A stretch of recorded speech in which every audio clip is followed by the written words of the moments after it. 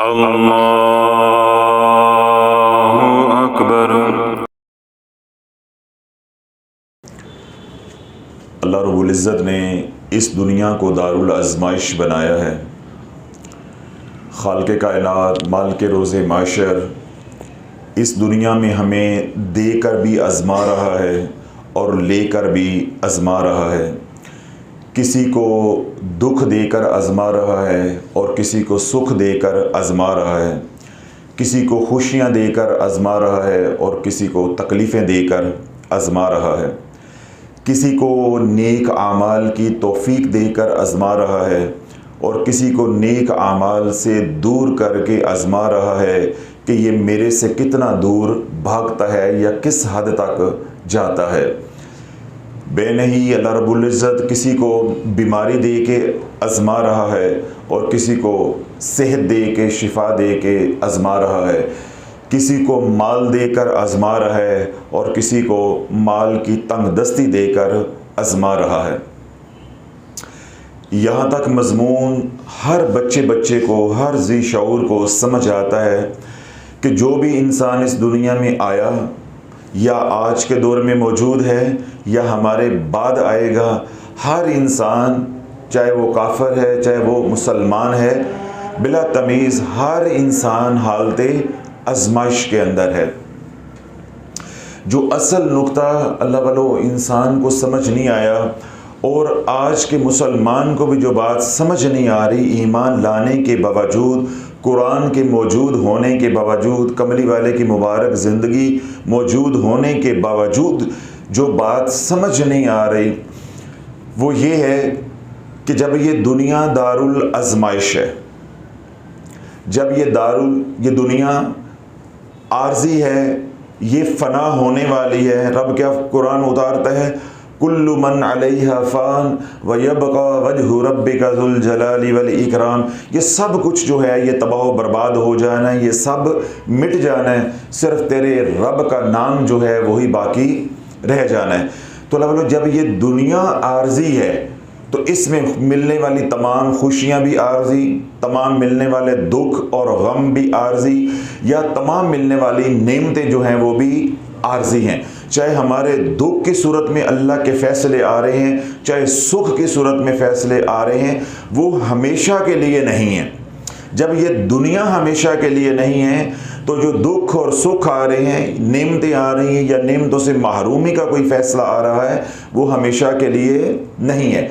तो अल्लाह जो नुक्ता समझ नहीं आ रहा या जहाँ से हमें ठोकर लग रही है, जिस वजह से हमारे हालात बदलते नहीं हैं, वो ये है कि अल्लाह रब्बुल इज़्ज़त ने कोई भी आज़माइश हमारे ऊपर उतारी या उन हालात के अंदर अल्लाह हमें घेर के ले आया जिन हालात को हम अपने लिए अच्छा नहीं समझ रहे। मिसाल के तौर पे कोई बीमार हो गया तो अब कोई भी बीमार होना अपने लिए अच्छा नहीं समझता। कोई माली तौर पे तंगदस्ती का शिकार हो गया तो कोई भी तंगदस्त होना अपने लिए बेहतर नहीं समझता। तो हर इंसान सुखों भरी ज़िंदगी जो है वो चाहता है। अब अल्लाह वालों जो नुक्ता आपको अर्ज़ करना है, जो बात समझनी और समझानी है, वो ये कि जब हालात अपने ऊपर आए जिनको मैं मुनासिब नहीं समझ रहा, जब मैंने उन हालात का डंडोरा पीटना शुरू कर दिया और अल्लाह रब्बुल इज़्ज़त की शिकायतें लगाना शुरू कर दी, गिले शिकवे शुरू कर दिए, मखलूक़े खुदा के साथ वो गिले शिकवे की आदत मैंने बना ली कि मेरे हालात जो है वो बदल नहीं रहे, मैं तकलीफ़ में हूँ, मैं हर विर्द वजीफ़ा कर रहा हूँ, हर तरह मैं तकद्दो कर रहा हूँ, लेकिन मेरे हालात बदल नहीं रहे। जब ये वाला वतीरा अल्लाह वालों बना लिया तो समझ लो कि उस शख्स की बदबख्ती के दिन जो है अब वो लंबे हुआ चाहते हैं।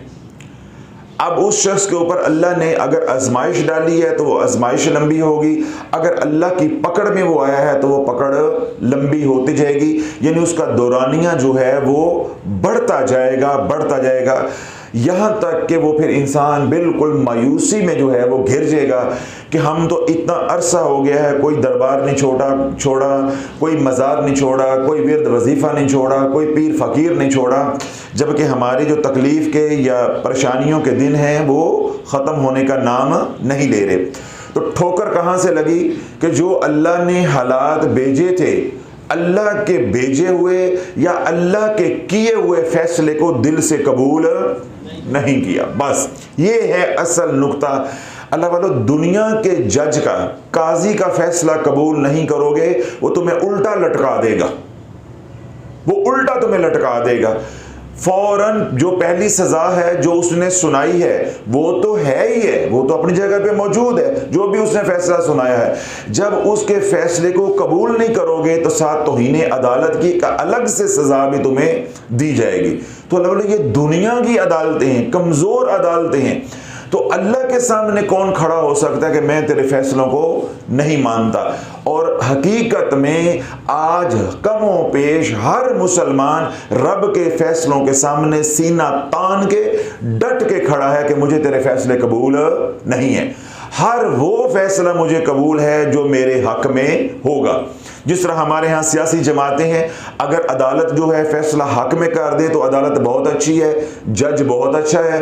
अगर वही अदालत या वही जज जो है फैसला हक पे कर दे यानी खिलाफ कर दे तो वो अदालत भी और वो जज भी मुतनाज़ा हो जाता है कि ये बंदा या ये जज या ये काजी ठीक नहीं है।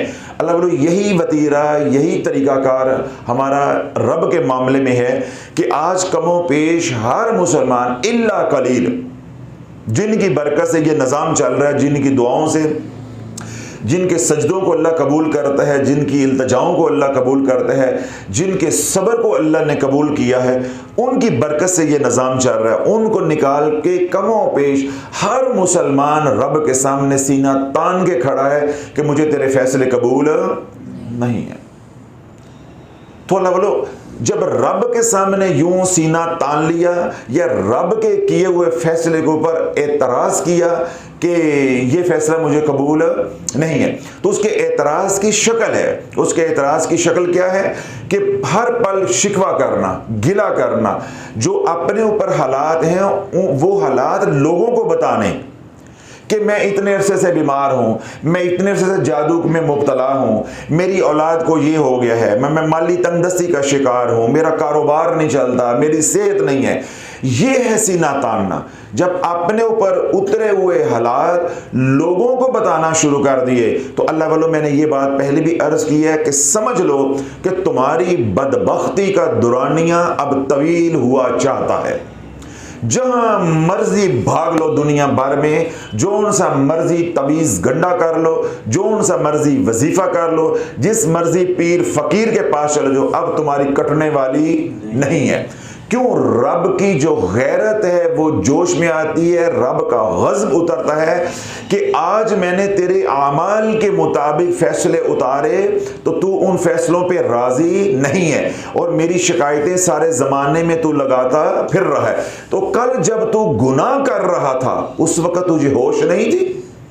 कभी अपने पाप भी दुनिया को बताए हैं कि मैं, अल्लाह ने मुझे सूद से रोका, मैं सूद खाता रहा, अल्लाह ने मुझे जिना और बदकारी से रोका, मैं वो सब कुछ करता रहा, अल्लाह ने हकूकुल इबाद का मुझे दर्स दिया, मेरे तक पैगाम पहुंचाया, मैंने उस दर्स को, उस पैगाम को पामाल किया, कुरान के हुक्म को जो है वो पीछे छोड़ा, और आज मैं क्या कर रहा हूं कि जो रब ने मेरे आमाल के मुताबिक फैसले उतारे हैं उन फैसलों को मैं कबूल नहीं कर रहा।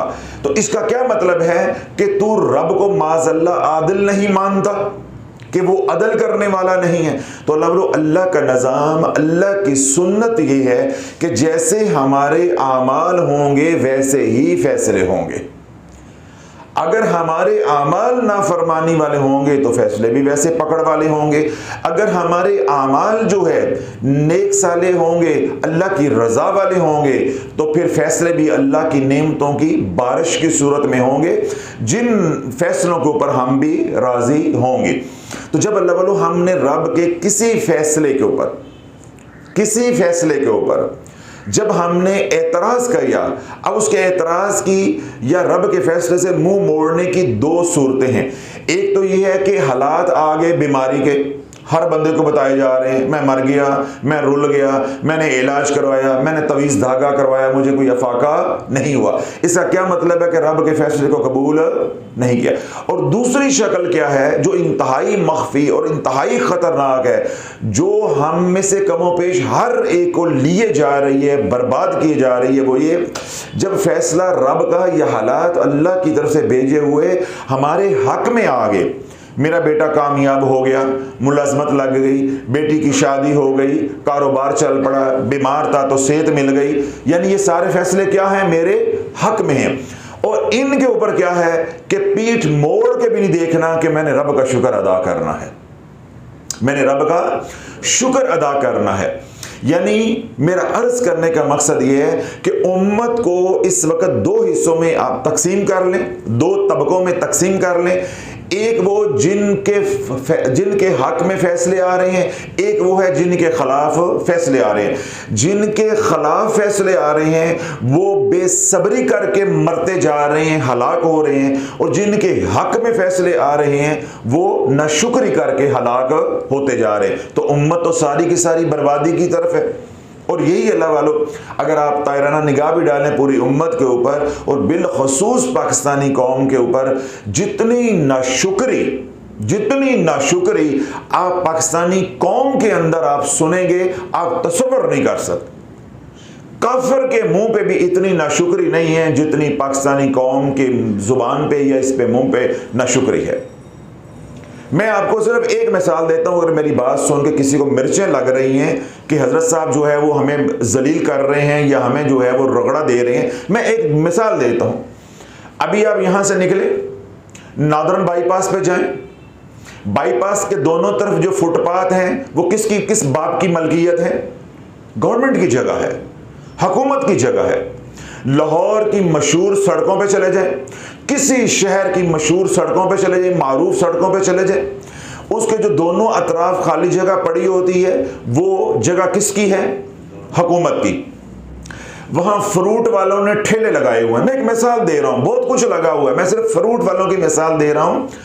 आप यहां नादरन बाईपास पे चले जाए, फ्रूट के ठेले लगे हुए हैं और इतनी बड़ी दुकानें उन्होंने फ्रूट की सजाई हुई हैं कि जो सही किराए की दुकानें लेकर या खुद दुकानदार हैं, उनकी दुकानों के अंदर भी इतना माल नहीं है जितना उन्होंने सरकारी जगह पे माल लगाया हुआ है। और रोजाना की 3-3, 4-4, 5-5 लाख रुपया सेल है। कितनी सेल है? 5-5। अल्लाह वालों, आज तो आप 1 किलो फ्रूट लेते हो, किलो 1.5 किलो कोई किन्नू या इस तरह जो फ्रूट आ रहा है वो लेते हो, और 7 दर्जन या 2 दर्जन जो है वो आप केला लेते हो, आपका 2000 रुपया बिल बन जाता है, 1500 रुपया बिल बन जाता है, 1200 रुपया बिल बन जाता है। आज तो कोई थोड़ा सा फ्रूट भी लेता है कि 2 किलो वो दे दो, 2 किलो ये दे दो, आप साथ मुझे ये केले दे दो, या कोई नाशपाती है वो दे दो, यानी कोई अल्लाह ने नेमतें दी हैं, कोई सेब लेता है तो 2,500-3 हज़ार रुपया तो अल्लाह वालों जो किलो लेता है उसका बिल बन जाता है। लाख रुपया कमाना या लाख रुपए की सेल करना तो कोई मानी ही नहीं रखता। तो जितने बड़े बड़े फ्रूट के ठेले लगाए हुए हैं, 4-4, 5-5 लाख रुपया सेल कर रहे हैं। ये बोसर रोड के ऊपर रेडियां नमाज पढ़ने नहीं देती, मस्जिद के आगे लगी हुई हैं। किसी एक रेडी वाले से जाके पूछ लो, लाख रुपए से कम उसकी सेल नहीं है, और 1 लाख रुपए की रोजाना सेल कर रहा है, और उसके ऊपर 60% से ज्यादा मुनाफा है फ्रूट के अंदर। यानी 100 रुपए की चीज लेकर आ रहा है, वही चीज लाकर 600 की 700 की जो वो बेची जा रही है। 40 रुपए किलो लेकर आ रहा है और उसको 250-300 रुपए किलो जो है वो ठोके जा रहा है। और जाके पूछ लें, वो कहेगा मेरे से बढ़ के कोई गरीब ही कोई नहीं है, मेरे से बढ़ के कोई मस्कीन ही नहीं है, ना कोई टैक्स है, ना कोई और किसी किस्म का खर्चा है, ना बिजली का खर्चा है, ना मोबाइल का खर्चा है, ना दुकान का किराया है, गवर्नमेंट की जगह पे कब्जा किया हुआ है, सड़कों पे कब्जा करके कारोबार हो रहा है। और जाकर पूछ लें तो बजाय शुक्र अदा करने के, ये कहने के कि भाई हम दुकानदारों से भी अच्छे हैं, हम 1.5 लाख रुपया दुकान के किराए से बचे हैं, बिजली के बिलों से बचे हैं, फ़ोन के खर्चों से बचे हैं और दीगर जो दुकानदारों के अखराजात हैं हम उनसे बचे हैं। गवर्नमेंट की जगह पे हम लगा के हम लाखों रुपए की सेल कर रहे हैं। अब जो 2.5, 3, 4 लाख रुपए की ठेले वाला सेल कर रहा है फ्रूट लगा के, अब लाहौर में, गुलबर्ग में, मॉडल टाउन में, आप कलमा चौक, ये जो सड़कें हैं, शाहराएं, इनके आसपास जिन्होंने फ्रूट लगाया हुआ है, अब किसी को जाकर टटोलें, 4-5 लाख से उसकी सेल कम नहीं है। मैं ये कह रहा हूं कि 60% से भी ज्यादा ये मुनाफा कमाते हैं। हमारे से कोई पर्दा तो नहीं है ना, तो चलो मैं इनकी मान लेता हूं कि सारे खर्चे निकाल के ये 10% कमाते हैं। ये सहाबा के दौर वाले मुसलमान हैं, मान लेते हैं। ख्वाब देखने में क्या हर्ज है? ख्वाब देखने में कोई पैसा तो नहीं लगता, हम ख्वाब देख लेते हैं थोड़ी देर के लिए। इस उम्मत को जो है, इस कौम को ईमानदार मान लेते हैं, सहाबा के दौर का मान लेते हैं थोड़ी देर के लिए। तो ये सिर्फ तमाम अखराजात निकाल के 10% ये मुनाफा कमा रहे हैं। तो 4 लाख की सेल होगी तो रोजाना का कितना मुनाफा आएगा? 40,000 रुपया। समझ आ रही? तो महीने का कितना बनेगा? 12 लाख रुपया। अनपढ़, जाहिल, तालीम पे एक खर्चा नहीं हुआ, एक पाई नहीं लगी, कोई किराया नहीं है, कोई बिल नहीं है, कोई टैक्स नहीं है, 10-12 लाख रुपया कमा के भी उससे जाके पूछो, वो कहेगा मर गए हैं, है ही कुछ नहीं है। और जब वो दुकान से हटेगा तो जेब से फोन जो है वो आईफोन निकाल के आपको दिखाएगा, मोटरसाइकिल जो है वो 1 to 5 होगी उसके पास। तो ये हमारी कौम की एक तस्वीर है भयानक। ये मैंने आपको दिखाई है, मैंने वो मिसाल दी है जिससे आप मुंह ना मोड़ सकें, आपके पास कोई तोड़ ना हो। तो ये अल्लाह जो ठेला लगा रहा है उसके मुनाफे का, उसकी कमाई का ये आलम है। तो दुकानदारों का, फैक्ट्री वालों का, सन्नतकारों का, सियासतदानों का, जजों का, जर्नैलों का क्या आलम होगा कि आपका ठेला लगाने वाला इतना जलील जो है और कमीना और हकीर हो चुका है कि उसकी जुबान के ऊपर भी शुक्र नहीं है कि सारी नेमतें मुफ्त में वो उनसे इस्तेफादा कर रहा है। तो क्या है जुबान पे? क्या है? नशुक्री है, मर गए। तो मैं अर्ज अल्लाह वालों ये कह रहा हूं कि इस वक्त हमारी कौम, चाहे वो हालात उसके हक में आ रहे हैं तब भी वो मरे जा रही है, या हालात उसके मुखालिफ हैं तो तब भी मरे जा रही है। अगर हालात मुखालिफ हैं तो वो बेसब्री की वजह से मरे जा रही है, और अगर हालात उसके हक में हैं तो वो नाशुक्री की वजह से मरे जा रही। यानी दोनों तरफ, एक तरफ हम क्या कर रहे हैं? बेसब्री, और दूसरी तरफ हम क्या कर रहे हैं? नाशुक्री। इन दो बातों ने अल्लाह वालों हमें, हमारे माशरे को, पाकिस्तानी कौम को बिलखसूस और बिलअमूम पूरी उम्मत को तबाह करके रख दिया है। और ये दो ऐसे कुफर हैं जिनके फैसले यूं होते हैं। मेरे शेख रहमतुल्लाह अलैहि बात इरशाद फरमाते थे कि तेरी बेसब्री से तेरी आजमाइश खत्म नहीं हो जानी। हाँ, ये जरूर होगा कि दौरानिया लंबा हो जाएगा। तो यहीं से अल्लाह वालों मैंने बात शुरू की है कि जब हमने किसी आजमाइश के अंदर बेसब्री का मुजाहरा करना शुरू कर दिया तो हम बर्बाद हो के रहेंगे। अगर बर्बाद नहीं भी होना तो बर्बाद हो के रहेंगे। अब क्या है, ये तो मैंने आपको दुनियादारों की एक शक्ल दिखाई कि फ्रूट वाली, ये कि मैंने मिसाल दी। इस जुमेरात को एक साहब आए, मैंने कहा जी ये पढ़ो। यहां किसी का मैसेज आ गया मुझे सोशल मीडिया पर, उन्होंने भेजा जी ये समझ नहीं आ रही, बता दें हज़रत साहब इनको क्या गाइड करना है। मैंने कहा जी इनको बताओ ये पढ़ना है। अब मिसाल के तौर पे दो तरह के लोग हो गए, एक वो जो यहाँ पे आ रहे हैं और एक वो लोग हो गए जो सोशल मीडिया के जरिए हमारे से राबता करते हैं। या मैंने किसी से वैसे मुलाकात की, बाहर को मुझे मिल गया, क्लिनिक पे आ गया, यहाँ आ गया, मैंने कह दिया जी ये पढ़ो। हफ्ता नहीं गुजरेगा, क्या करेगा? हफ्ता नहीं गुजरेगा, वो कहीं ना कहीं से नंबर ढूंढ के फोन किए जा रहे हैं। ना वक्त का पता है, ना नमाज के वक्त का पता है, ना दिन का पता है, ना रात का पता है कि भाई मैं रात को 3 बजे फोन कर रहा हूं, इस वक्त कौन सा मेरा साकड़ जो है वो जाग रहा होगा, कौन इस वक्त मेरे लिए हेल्पलाइन पे बैठा होगा कि मैं कोई जो है वो रेलवे में फोन कर रहा हूं, मैं क्या कर रहा हूं। अब तकलीफ आई है तो ऐसी मत मारी हुई है, यानी कोई लम्हा ऐसा नहीं है जिस वक्त फोन कॉल ना चल रही हो हमारे नंबर के ऊपर और व्हाट्सएप ना चल रहे हो। मैंने कितनी बार कहा कि 10,000 से नीचे आता नहीं। अभी जुमे वाले दिन भी हमारा व्हाट्सएप का नंबर जो बैन हो गया, 4 घंटे लगा के माजरत करके अपोलोजाइज करके हमने वो नंबर जो है वो अपना बहाल जो है वो करवाया, वरना सारा डाटा, सारा रिकॉर्ड, हर चीज जो है वो खत्म हो जाती हमारी है। ये रवैया क्या है कि अब बस मैं मुसीबत में आया हूं, मेरा हजरत साहब से राबता हो, वजीफा आपने दिया, हजरत साहब रिजल्ट नहीं मिला।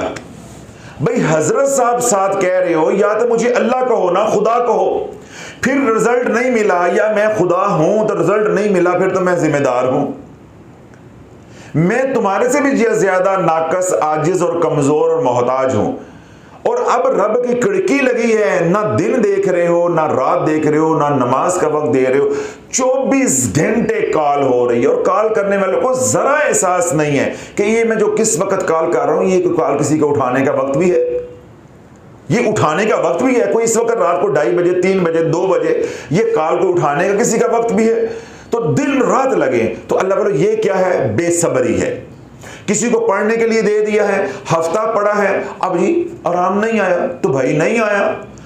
हम डॉक्टर हैं, हम फीस लेते हैं दवाई लिखने की, शिफा की फीस नहीं लेते, शिफा की फीस नहीं लेते। इसी तरह यहां मैं अमाल बताता हूं, तो अमाल जो है वो बताना, अमाल की तरफ रागब करना, अल्लाह की तरफ रागब करना अंबिया अलैहिस्सलाम की सुन्नत है, अल्लाह का हुक्म है। अमाल बताता हूं, अमाल के साथ फैसले नहीं सुनाता, फैसले मेरे रब के हाथ में है। कभी मैंने ये बात नहीं कही कि ये करोगे तो मैं ये करवा दूंगा, मैं ये करवा दूंगा। भाई जब तुम कुरान पढ़ रहे हो, जो बताया है वो पढ़ रहे हो, तो तुम्हारा अपने पढ़ने के ऊपर, अपने रब के ऊपर, कुरान के ऊपर भरोसा क्यों नहीं है? अब 2 हफ्ते नहीं गुजरेंगे, बल्कि हफ्ता भी नहीं गुजरेगा। हजरत साहब ने, आपने कहा था बेटी जो है इज्जत के साथ घर चली जाएगी, अभी घर बैठी हुई है। भाई घर बैठी हुई है तो मैं क्या कर सकता हूं? दुआ कर सकता हूं, या मैंने खुदा न खासा घर बैठाई है जो मुझे आप बार बार जो है वो कोसने दे रहे हो कि घर बैठी हुई है, अभी तक जी ससुराल वालों ने बुलाया नहीं है, वो जी मेरे पैसे डूब गए थे, वजीफा पढ़ रहा हूं, पैसे तो अभी तक मिले नहीं है, तो मेरे मशवरे के साथ डुबोए थे। भाई तुझे पढ़ने के लिए बता दिया है, कुरान दिया है, कुछ जंतर मंतर नहीं दिया, कुरान दिया है, कोई तवीज धागा नहीं दिया, जंतर मंतर नहीं दिया।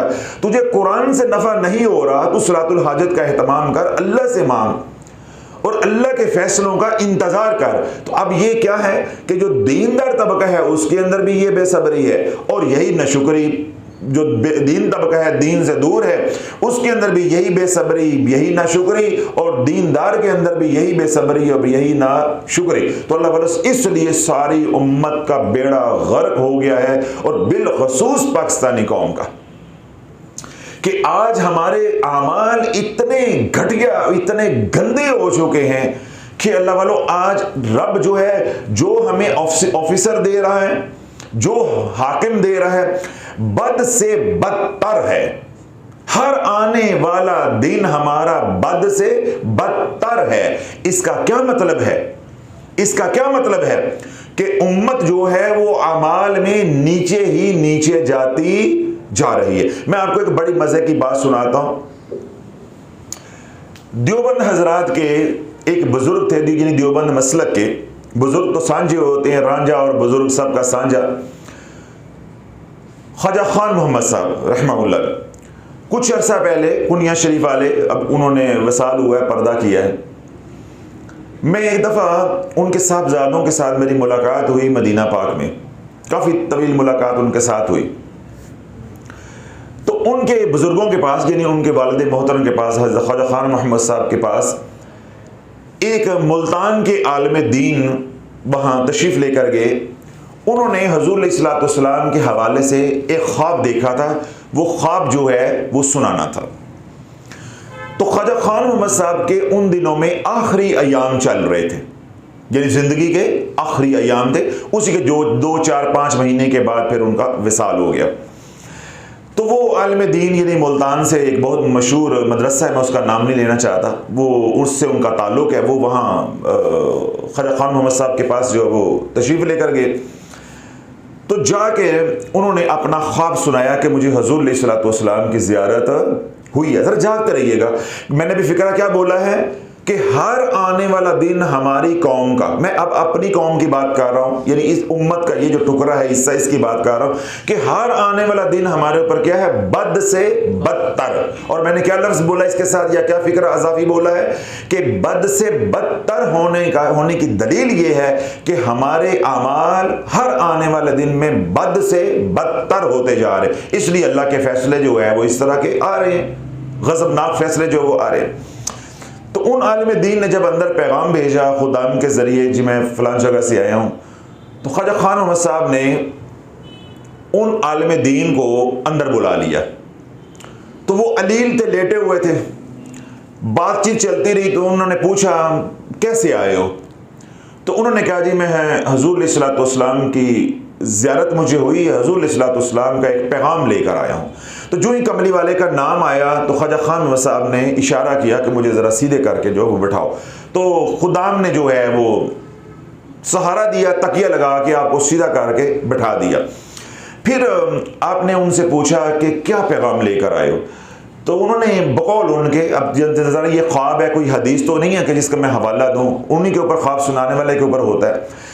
तो उन्होंने कहा कि आलिम दीन ने कहा कि शेख हुजूर अलैहिस्सलातु वस्सलाम की ज़ियारत हुई, ये बातें हुई, और आखिर पे अल्लाह के नबी अलैहिस्सलातु वस्सलाम ने मुझे हुक्म दिया कि दो बंदे हैं इस वक्त उम्मत में, तो उनसे दुआ करवाओ। एक है मिस्र में, वहाँ तो जा नहीं सकता, तो ख्वाजा खान मोहम्मद साहब के पास जा और मेरी उम्मत के लिए दुआ करवा, मेरी उम्मत के लिए दुआ करवा।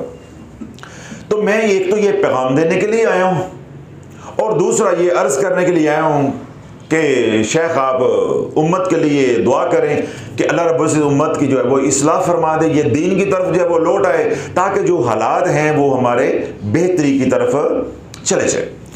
अब यहाँ ज़रा रुकिएगा। जब ये सारी बात हो रही थी, उस वक़्त कौम जो है वो मुशर्रफ से नाक तंग आई हुई थी।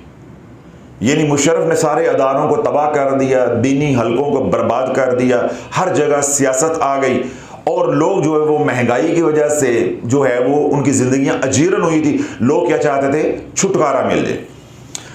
तो ख्वाजा खान साहब ने ना जो दुआ की, दुआ में रोते रहे, जब हाथ चेहरे पे फेर लिए तो जो फिक्रा उन्होंने दिया, मैं वो असल में वो फिक्रा आपको देना चाहता हूं, जिसके लिए मैंने इतनी लंबी बात जो है वो सुनाई है। मुशर्रफ का दौर ख़त्म हुआ, यानी वो हुकूमत से तो निकल गया, एक किस्म का वो सदारत में चला गया। वो ना होने के बराबर होता है, बेशक वो मौजूद तो था, उस वक्त सदर था, लेकिन वो बेख्तियार कुर्सी है, तो वो सदारत में चला गया। तो यूं कहने वो हुकूमत ख़त्म हो गई। तो हुकूमत किसको मिल गई? जरदारी को। याद है ना कुछ तारीख, थोड़ी सी कल की बात है। हुकूमत किसको मिल गई थी? जरदारी को। तो जब ख्वाजा खान मोहम्मद साहब ने रो के दुआ कर ली, तो चेहरे पे हाथ फेर ली, तो उन्होंने एक फ़िक्रा इरशाद फरमाया था, वो फ़िक्रा आपको देना चाहता हूँ। तो आपने फरमाया कि मुशर्रफ के बाद, जाग रहे हैं, मुशर्रफ के बाद जरदारी का आना इस बात की दलील है कि उम्मत आमाल में और गिर गई है, कि उम्मत आमाल में, यानी पाकिस्तानी कौम नेक आमाल में और गिर गई है, कि अल्लाह ने एक बद को जो है वो उतारा, हटाया, और एक बदतरीन को जो है वो मुसल्लत कर दिया। बद से बदतर और बदतर से बदतरीन।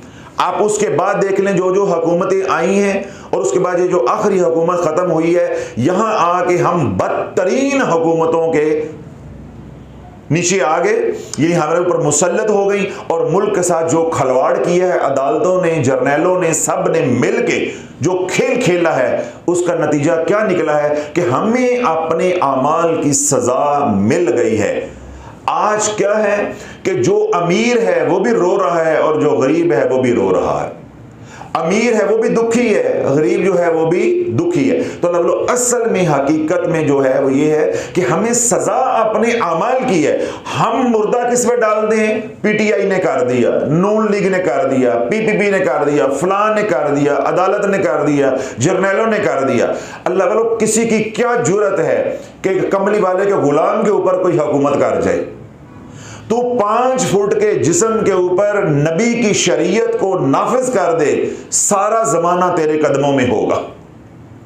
हम हुजूर इस्लाम की शरीयत को अपने पर नाफिज नहीं करते, उसका नतीजा क्या निकलता है कि एक तबका जिसके हक में फैसले आए वो नशुक्री किए जा रहा है, जिसके खिलाफ फैसले आए वो बेसब्री किए जा रहा है। अल्लाह ने जो मैंने बात कही वो क्या थी कि जब हमारे ऊपर हालात नामुवाफिक आए और हमारी जुबान से जादू जादू जादू, बीमारी बीमारी बीमारी, माली तंगदस्ती, बेटी घर आके बैठी है तो दे फोन पे फोन, वजीफे पे वजीफा, कभी उधर कभी उधर, कभी उधर कभी उधर। जब ये वाला वतीरा हमारा शुरू हो गया या बन गया ये रवैया, तो समझ लो कि हमारी बदबख्ती अब खत्म होने वाली नहीं है। अब हमारी बदबख्ती के दिन लंबे हो गए हैं। अब ये जितनी मैंने बात की है उसकी मैं आपको दलील दे देता हूं। रब ने कुरान उतारा, या अय्युहल्लज़ीना आमनुस्तईनु बिस्सब्रि वस्सलाह इन्नल्लाहा मअस-साबिरीन। ए ईमान वालो, इसके पीछे सियाको सबाक क्या चल रहा है कि ए ईमान वालो, जब तुम्हारे ऊपर आजमाइश या कड़ा वक्त नामुवाफिक हालात आ जाए तुम्हारे रब की तरफ से, अब मजमून है या अय्युहल्लज़ीना आमनुस्तईनु बिस्सब्रि वस्सलाह। तो ए ईमान वालो, नमाज के जरिए और सब्र के जरिए अल्लाह से मदद तलब करो। इन्नल्लाहा मअस-साबिरीन, बेशक अल्लाह सब्र करने वालों के साथ है। अब अल्लाह ने अपनी मदद उतारने के 2 जराए बताए हैं कि मेरी मदद 2 तरीकों से आएगी। एक क्या है? नमाज के जरिए, और दूसरा क्या है? सब्र के जरिए। अब अल्लाह वालों अपने अंदर झांको, क्या तुम अल्लाह से मदद अपने हालात बदलने के लिए या हालात से निकलने के लिए इन 2 तरीकों से मांग रहे? अभी परसों मैंने बयान के अंदर यही लताड़ा है कि अल्लाह ने रिज़्क़ का दरवाजा बनाया है, उसका नाम लिखा है सुबहान अल्लाह। मिसाल दे रहा था कि उसके ऊपर लिखा हुआ है कि रिज़्क़ मिलेगा सुबहान अल्लाह के जरिए, मेरी पाकी के जरिए, जिक्र जमाली के जरिए। हमने रिज़्क़ का दरवाजा कौन सा बना लिया? आयत करीमा। कौन सा बना लिया? आयत करीमा। तो फिर हम कैसे उजड़े हैं? और आगे से शर्मिंदा होने की बजाय, समझने की बजाय हमने क्या तौजीह पेश की कि भाई ये भी तो अल्लाह का जिक्र ही है। तो मैंने फिर क्या समझाया था कि अगर ये खानका है तो खानका का दरवाजा आने को इधर है, तो कोई उधर ठुड्डे मार रहा हो तो हम उसको रोके तो हमको कहे जी भाई ये भी तो खानका ही है। भाई खानका है लेकिन इसको आने का दरवाजा इधर है। बे नहीं, अल्लाह रब्बुल इज्जत ने जो मुख्तलिफ दरवाजे बनाए हैं, वो बाब जो बनाए हैं, उनमें एक बाब क्या है? रिज़्क़ का है, और वो मिलेगा जिक्र जमाली के जरिए, हुजूर की गुलामी के जरिए, अल्लाह और उसके रसूल की अताअत के जरिए, सुबहान अल्लाह के जिक्र के जरिए, अल्हम्दुलिल्लाह के जिक्र के जरिए, अल्लाहु अकबर के जिक्र के जरिए, या दीगर जो जमाली अज़कार हैं उनके जरिए जो है वो रिज़्क़ मिलेगा। और हमने कहाँ ढूंढा? आयत करीमा के जरिए। तो फिर किसी आयत करीमा पढ़ने वाले को आज तक रिज़्क़ मिल गया है? जो आया है वो भी चला गया, औलाद भी ना फरमान हो गई, घर के घर उजड़ गए, ला इलाज बीमारी में मुब्तला हो गए। तो हम फिर क्या कहते हैं? पढ़ो और 1.25 लाख, पढ़ो और 1.25 लाख। पढ़ाने वालों की भी खैर और पढ़ने वालों की भी खैर। अल्लाह हमें भी जिंदगी दे, आपको भी सेहत तंदुरुस्ती दे। हम अपनी आंखों से तुम्हारा अंजाम देख रहे हैं। फिर इंशाल्लाह जो फकीर ये कहता है, पहले तक तो पर्दे थे ना, पहले तक तो किसी को मालूम ही नहीं था कि आयत करीमा से क्या हो जाता है, जिक्र जलाली से क्या हो जाता है। अब तो शाफी ने पर्दे हटा दिए अल्लाह के हुक्म से। तो अब तुम बयान भी सुनोगे, अपना अंजाम भी देखोगे, फिर तुम्हें पता चलेगा कि शाफी सच्चा रोंदा सी, शाफी सच्चा रोंदा सी। अब यही बात जहन में रखें कि हमें रिज़्क़ कहां से मिलना था और हम ढूंढ कहां से रहे। बे नहीं, अल्लाह की मदद आनी थी नमाज के जरिए, अल्लाह की मदद आनी थी सब्र के जरिए, और हमने कहां से ढूंढी? दरबारों से, मज़ारों से, दरगाहों से, वजीफों से, तवीज़ों से, घोड़े की खुरी से, काले कपड़े से, नाल से और कड़ियां पहन के, या मोर के पंख हैं या मोर के पर हैं, हमने अल्लाह की मदद वहां से ढूंढी और ढूंढ रहे हैं। रत्ती बराबर भी शर्मिंदगी नहीं अपने किए पे, रत्ती बराबर भी शर्मिंदगी नहीं अपने किए पे। क्यों? जब कुरान को पीठ दिखाई, कुरान को जो ऊपर परछत्ती पे चढ़ा दिया, अलमारी में बंद कर दिया कि तेरा हमारे से आज तक, आज के बाद अलमारी में बंद करने का क्या मतलब है कि आज के बाद कोई तल्लक वास्ता नहीं। हमने कुरान मजीद के साथ वो सलूक किया जो घर की, दुकान की, मकान की रजिस्ट्री के साथ सलूक करते हैं। रजिस्ट्री के कागजात कब निकलते हैं?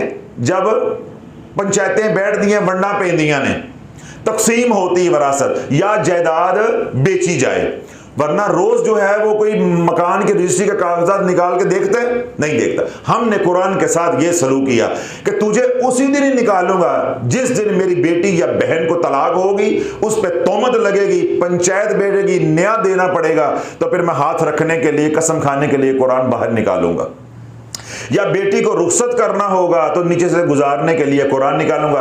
या फिर अल्लाह खैर करे अम्मा मरेगी, अब्बा मरेगा, वड्डा गोश्त पकेगा, देगा खड़कणगियां, फिर उस दिन कुरान निकलेगा कि चलो यार पारा पढ़ लो, सूरह यासीन पढ़ लो। नहीं भी पढ़ना आता, खोल के बैठ जाओ, लोग क्या कहेंगे मैं नहीं पढ़ रहा। अगर मैं ही नहीं पढ़ूंगा तो जो आए हुए ये कैसे पढ़ेंगे? ये है कुरान की अजमत हमारे दिलों के अंदर। तो जब कुरान की अजमत ये रह गई तो अल्लाह ने ये अपना हुक्म ही हमारी आंखों से ओझल कर दिया। हम किधर लग गए? खुरियों के पीछे। किधर लग गए? खुरियों के पीछे, मलंगों के पीछे, डब्बा पीरों के पीछे। तो अल्लाह ने क्या तरीका बताया था कि तुम्हारे ऊपर हालात ऐसे आ जाएं जो तुम्हें मुनासिब नहीं लग रहे, या तुम गिर जाओ उन हालात के अंदर, तो क्या करना है? सब्र करना है और नमाज के जरिए मदद मांगते रहो, मदद आ करेगी। और हमने कौन सा रास्ता अख्तियार किया है? कोई शर्मिंदगी हुई है उससे? कोई नदामत हुई है? यानी हम वो दरवाजा जो है वो खटखटा रहे हैं जिस दरवाजे से अल्लाह की मदद का वादा ही नहीं है, उस दरवाजे से मदद आनी ही नहीं है। मेरे घर का दरवाजा इधर है, कोई मेरे घर की पिछली वाली दीवार को जो है वो दस्तक देता रहे और वो ये रोए कि जी 10 दिन से मैं खड़ा हूं, आपने दरवाजा नहीं खोला, 10 घंटे से खड़ा हूं, दरवाजा नहीं खोला, 10 मिनट से खड़ा हूं, दरवाजा नहीं खोला। तो मैं जब मालूम मुझे हो, मैं उसको देखूं तो मैं क्या कहूंगा कि तुझे इतनी अकल नहीं है कि दरवाजा इधर है तो दस्तक इधर दे रहा है, और वो आगे से बेशर्मी के साथ के घर तो ਤੁਹਾਡਾ ही है ना, घर ही है ना, दस्तक इधरों दइए या दस्तक इधरों दइए। यही आज के पाकिस्तानी और बिलअमूम पाकिस्तानी और बिलखसूस पाकिस्तानी और बिलअमूम उम्मत की यही जो है वो बेशर्मी है कि जी पुकारते तो अल्लाह ही को है ना जी, पुकारते साड़ा मकसद है अल्लाह ने पुकारना है ना भाई। जैसे अल्लाह ने पुकारने का कहा है, हुक्म दिया है, जब तक हमारा वो तरीका नहीं होगा तो वो मदद आएगी? मदद आएगी? मैं एक आसान मिसाल दे देता हूं, क्योंकि औरतें बयान ज्यादा सुनती हैं, मैं उनके समझाने के लिए उन्हीं के शोबे की मिसाल दे रहा हूं। एक बच्चा है, वो बच्चा जो है मां के बदन से नफा उठाता है, मां के बदन से नफा उठाता है, मां की छातियों से नफा उठाता है, दूध पीता है, अपनी प्यास और भूख बुझाता है। तो जो मां की छातियां हैं वो मां के जिस्म के साथ हैं, जब तक वो मुंह जो है छातियों को नहीं मारेगा, छातियों को नहीं चूसेगा, तो क्या उसे दूध मिल जाएगा?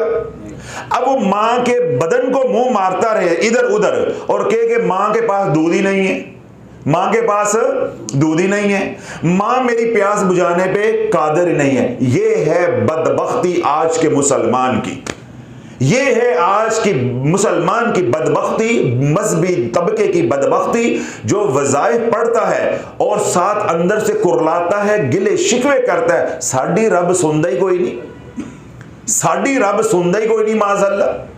हम तो वजीफे पढ़ पढ़ के मर गए। मैंने मिसाल दी है कि बच्चा मां के बदन को सर तपा भी मुंह मारता रहे, दूध मिल जाएगा? जहां अल्लाह ने निजाम बनाया है वहां तक नहीं जाएगा तो दूध नहीं मिलेगा, जितना भी मुंह मारे। तो मेरा ख्याल है अब इंसान को थोड़ी सी भी हया हो तो इंसान अपने किए पे तौबा कर ले कि भाई अल्लाह ने जो रास्ता बनाया है मदद का, या निजाम बनाया है, जो तरीका बनाया है, वो क्या है? नमाज के जरिए, सब्र के जरिए। भाई तुझे पढ़ने के लिए एक अमल दे दिया है, हौसले का साथ अल्लाह को पुकारता रहे। बार बार मुझे फोन करोगे, राब्ते करोगे, मैं क्या करूंगा, तंग आके मैं कहूंगा जान छुड़ाने के लिए इनको कहो फलां चीज भी पढ़ लें, ये भी पढ़ लें, वो भी पढ़ लें। बताओ फिर मेरे में और फी ज़माना जो पीर है उनमें क्या फर्क रह जाएगा? फिर जो मेरा मिशन है वज़ाइफ से उम्मत को निकाल के हजूर की गुलामी की तरफ लेके आना, मैं तो अपने हाथों ही उसको बर्बाद कर बैठूंगा। कल आप मुझे कोसना दोगे, जैसा आप लोगों को कहते हैं कि 20-20 वज़ाइफ देते हैं, आपने खुद भी तो 15 दिए हुए हैं।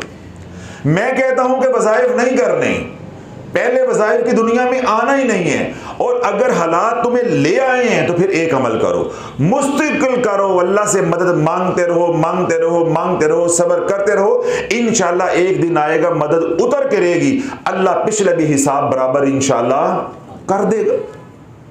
अगर बार बार हमें जलील करोगे तो मैंने जिस तरह लोगों को कहा है, सोशल मीडिया वालों को भी, जो 1 से 2 बार मैसेज करे उसको कहो ये पढ़ो, उसको इजाजत दे दिया करो।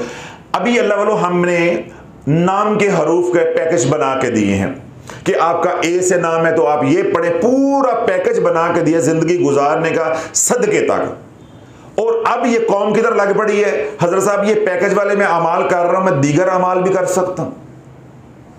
अब अल्लाह वालों बंदे का दिल चाहता है टकरे मारे दीवारों को कि इस कौम को क्या फायदा है अपना सर खपाने का या खून जलाने का, कि जो सारी बात समझ के भी, बयानात सुन के भी, रज्जत में फंस के भी, खुद बर्बाद हो के भी, खानदान को बर्बाद करके भी, माशरे उम्मत को बर्बाद करके भी रत्ती बराबर भी शर्मिंदगी नहीं है, रत्ती बराबर भी शर्मिंदगी नहीं है। फिर बात भी समझ ली है कि भाई मैं पैकेज वाले अमाल कर रहा हूं, उस बयान के अंदर बार बार कहा है भाई रोड मैप देने का मतलब ये है कि आपने बाहर नहीं निकलना, तो जिद फिर कहां है कि जी हम ये अमल ना कर लें। इसलिए फिर मैंने वो बयानात का सिलसिला रोक दिया है कि अब तड़पाऊंगा, जलाऊंगा, फिर बयान करूंगा। क्यों? मुफ्त फैज की कदर नहीं है, मुफ्त फैज की कदर नहीं है। जब तलवे चाटोगे ना यहां आके, फिर अगले बयानात जो अगले हरूफ रह गए फिर उन पे कलाम करूंगा। जब इतनी मेरे बताए कि बेकदरी है तो मुझे बोलने का, चीखने का क्या फायदा है? तो अल्लाह ये हमारा वतीरा है, ये हमारा रवैया है जो हमें मसाइल से निकलने नहीं दे रहा। और अल्हम्दुलिल्लाह वो बहन भाई, बच्चे, नौजवान, बुजुर्ग जिनके दिल में अल्लाह ने बात को उतार दिया है, अल्हम्दुलिल्लाह वो ये कहते हैं कि जैसा मर जाएंगे छुरी के साथ टुकड़े कोई कर दे, आज के बाद आपकी बात पे हमने जो लब्बैक कह दी है, वजीफा नहीं करना, बस कमली वाले पे दरूद पढ़ना है, इस्तगफार करना है, 5 वक्त की नमाज पढ़ेंगे, मसनून अज़कार करेंगे, जितनी अल्लाह आसानी करेगा, तौफीक देगा, उतना कुरान पढ़ लेंगे। और 2 शर्तें जो आपने लगाई हैं, नजरों की हिफाजत और रिज़्क़े हलाल।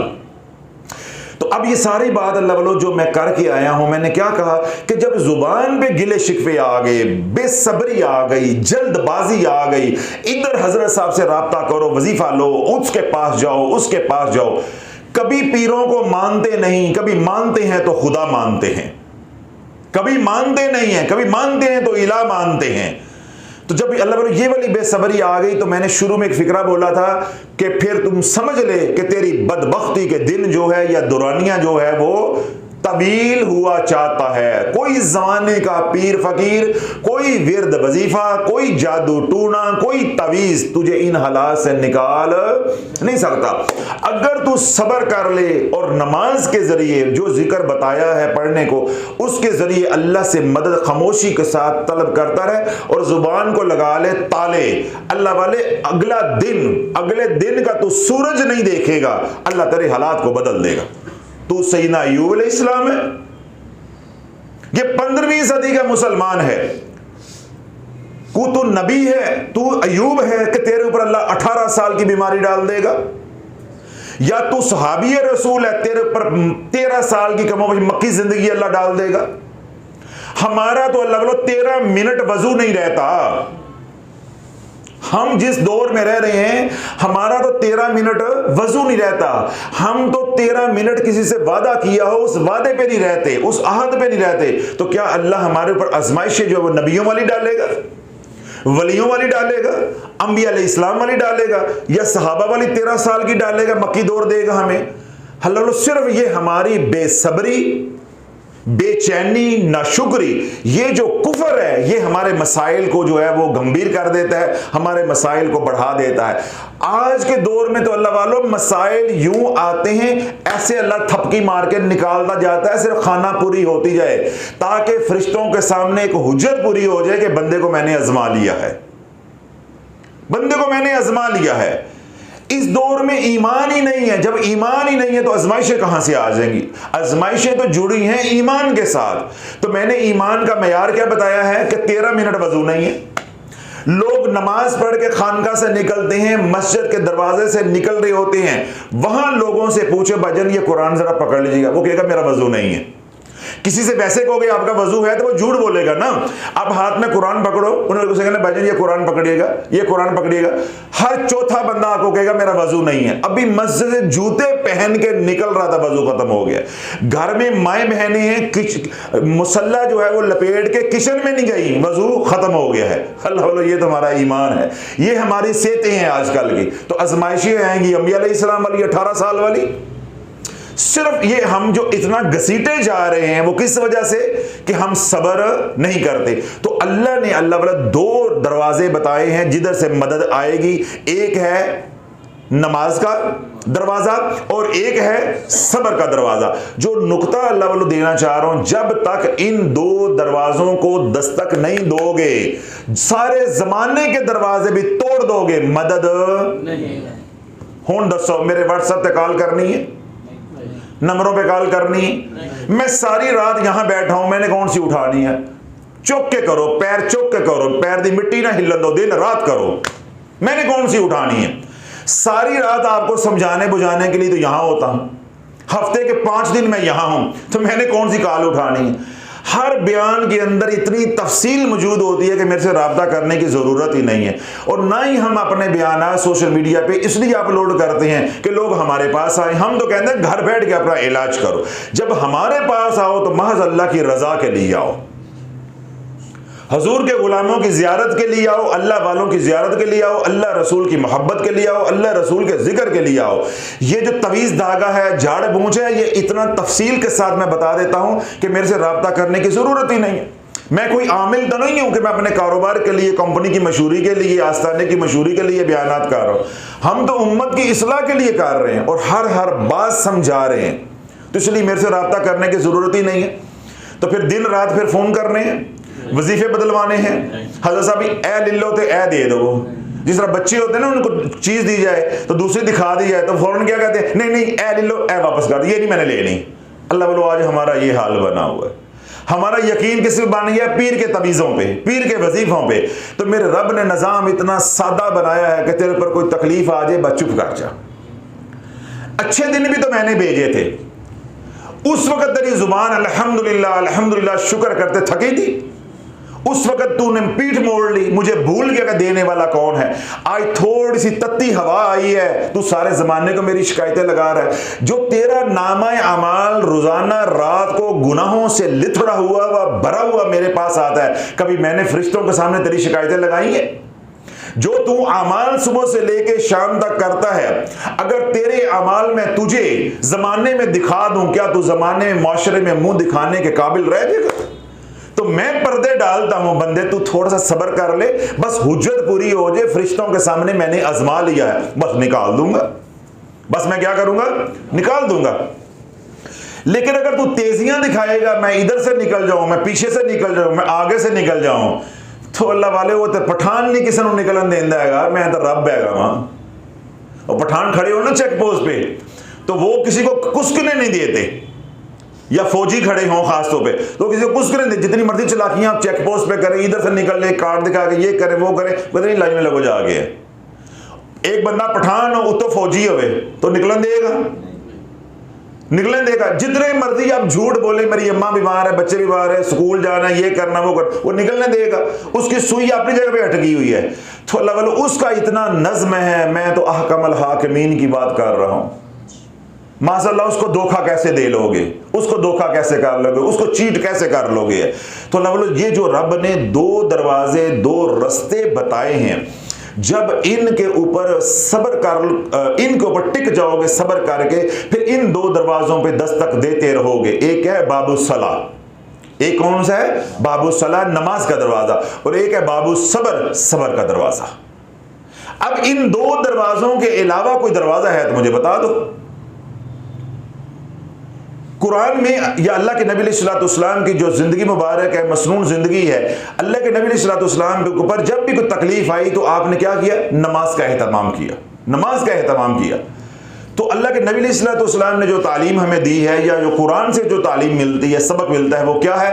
बाबु सलाह और बाबु सबर, सबर का दरवाजा है और नमाज का दरवाजा है।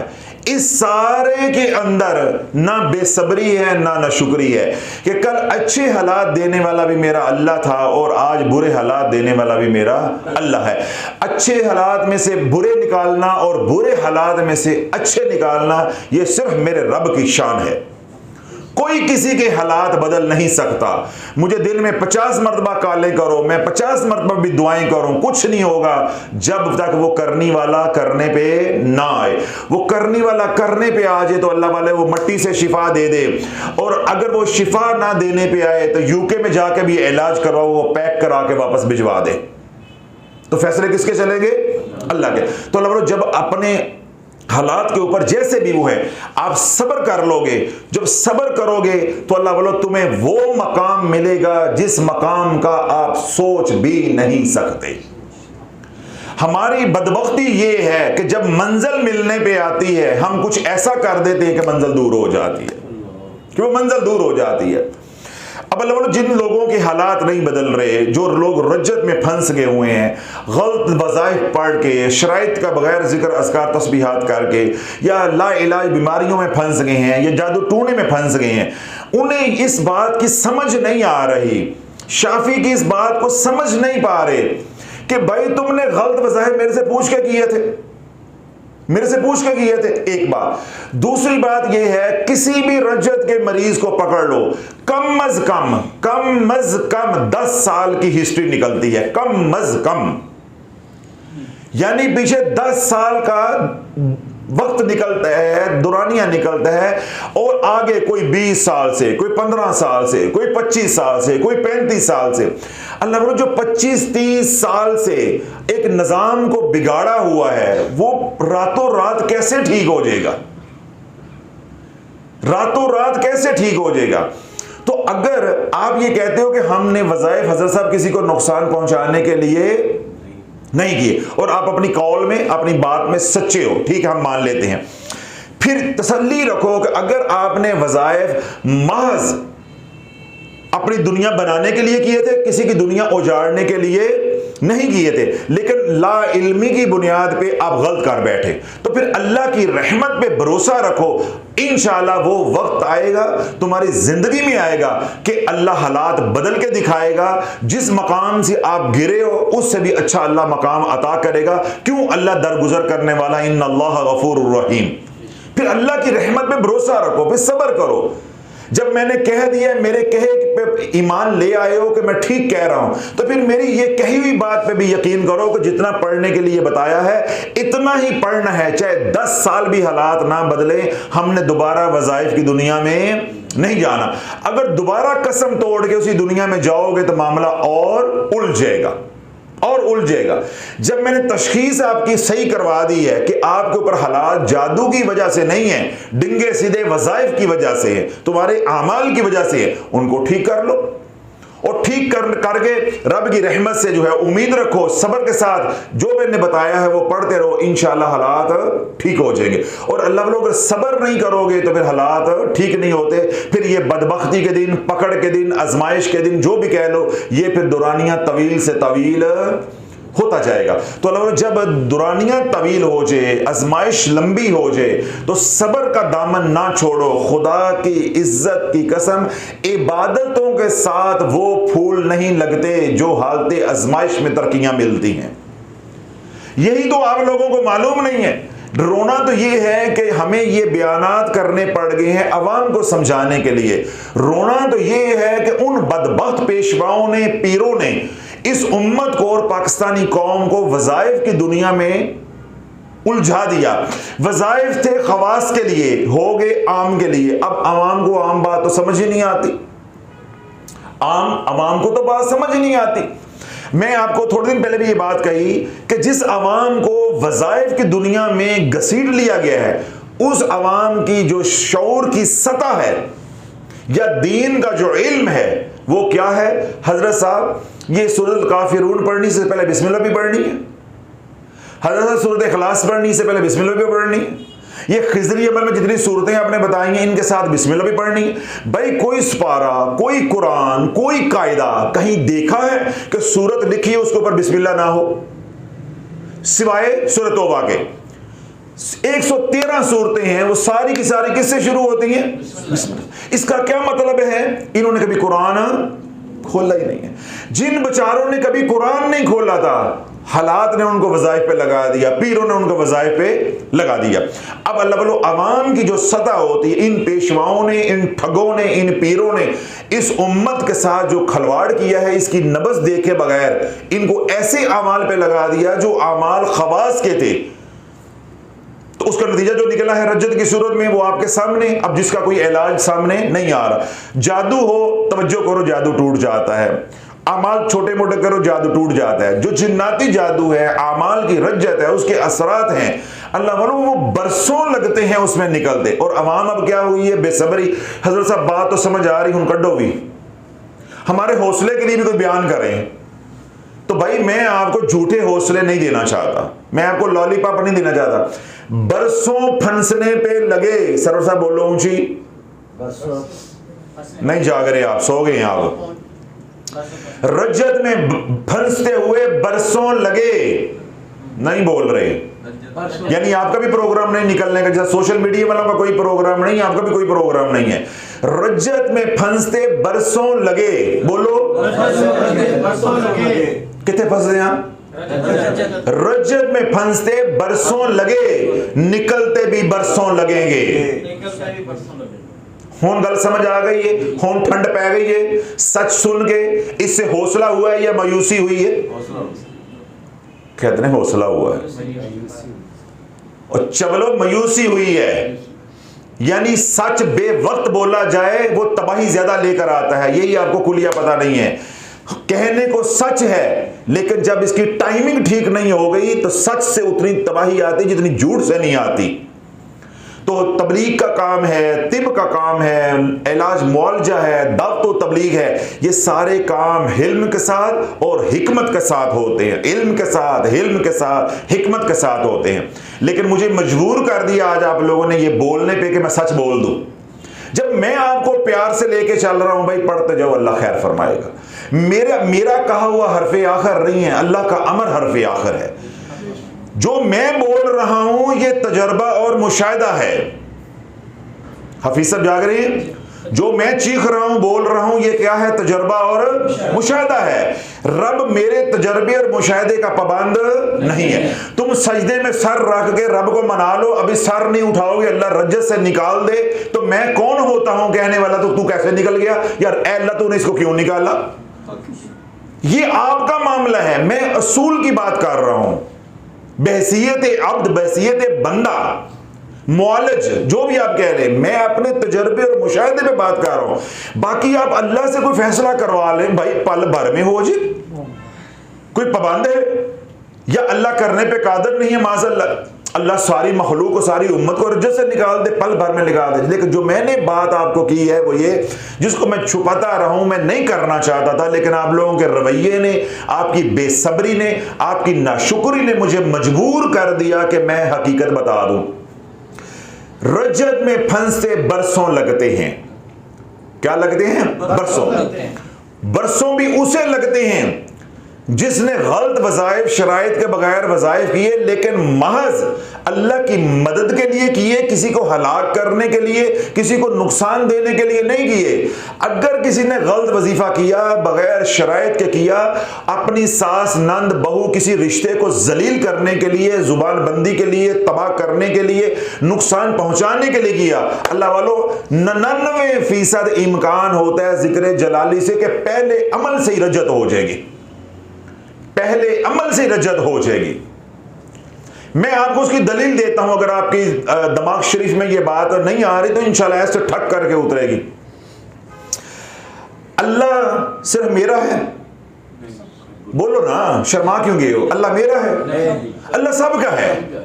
अल्लाह जो है रब्बुल मुस्लिमीन नहीं है, अल्लाह रब्बुल आलमीन है, रब्बुल आलमीन है।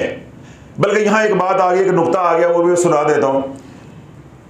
एक पीर साहब है हमारा, जो रांगो वाला फार्म है, जो उनके पास अगला जो आस्थाना था थोड़ा सा आगे जाके, ख्वाजा खलील अहमद साबरी साहब, उस वक्त वो हयात थे। तो मैं उनके पास गया, उनकी अयादत के लिए, बीमार थे उन दिनों में। तो उनकी वो इलाके के अंदर बहुत ज़्यादा मुखालफत थी। तो वो साबर पाक रहमतुल्लाह अलैह के साथ, मखदूम साबर के साथ उनकी बड़ी अकीदत और बड़ी मोहब्बत थी। तो जब उनके ऊपर जज्ब की कैफियत आ रही होती थी, क्या होती थी? जज्ब की कैफियत आ रही होती थी, तो वो उस कैफियत के अंदर कहते थे कि मखदूम साबर मेरा रब है, मखदूम साबर मेरा रब है। ना पोली जी आवाज आई है ना, अस्तगफिरुल्लाह, पोली जी आवाज सुनी है, अस्तगफिरुल्लाह। सोशल मीडिया ते पता नहीं कितनी कोई चीका निकलियां होनियां ने। ਇਹ ਕਿਹੜਾ ਪੀਰ ਸੀ ਇਹ ਨੈਸ਼ ਜਿਹੜਾ ਮਖਦੂਮ ਸਾਬਰ ਨੂੰ ਰੱਬ ਕਹਿੰਦਾ ਸੀ, ਉਹ ਮੈਂ ਵੀ ਰੱਬ ਕਹਿਣਾ ਵਾਂ, मैं भी रब कहता हूं। तो हुण अस्तगफिरुल्लाह किथे गई? मैं रब कहां ते राय ते ख्वाजा खलील अहमद साबरी साहब ने मखदूम साबर को रब कह दिया तो क्या हो गया? वो मुशरिक हो गया। आपकी चीखें निकल गई हैं। मैं यही तो कह रहा हूं, सोशल मीडिया वालों की पता नहीं कितनी निकलेंगी जब बात पूरी नहीं सुनेंगे। तो वो उस कैफियत के अंदर, जज्ब के अंदर क्या कहते थे कि मखदूम साबर तो मेरा रब है।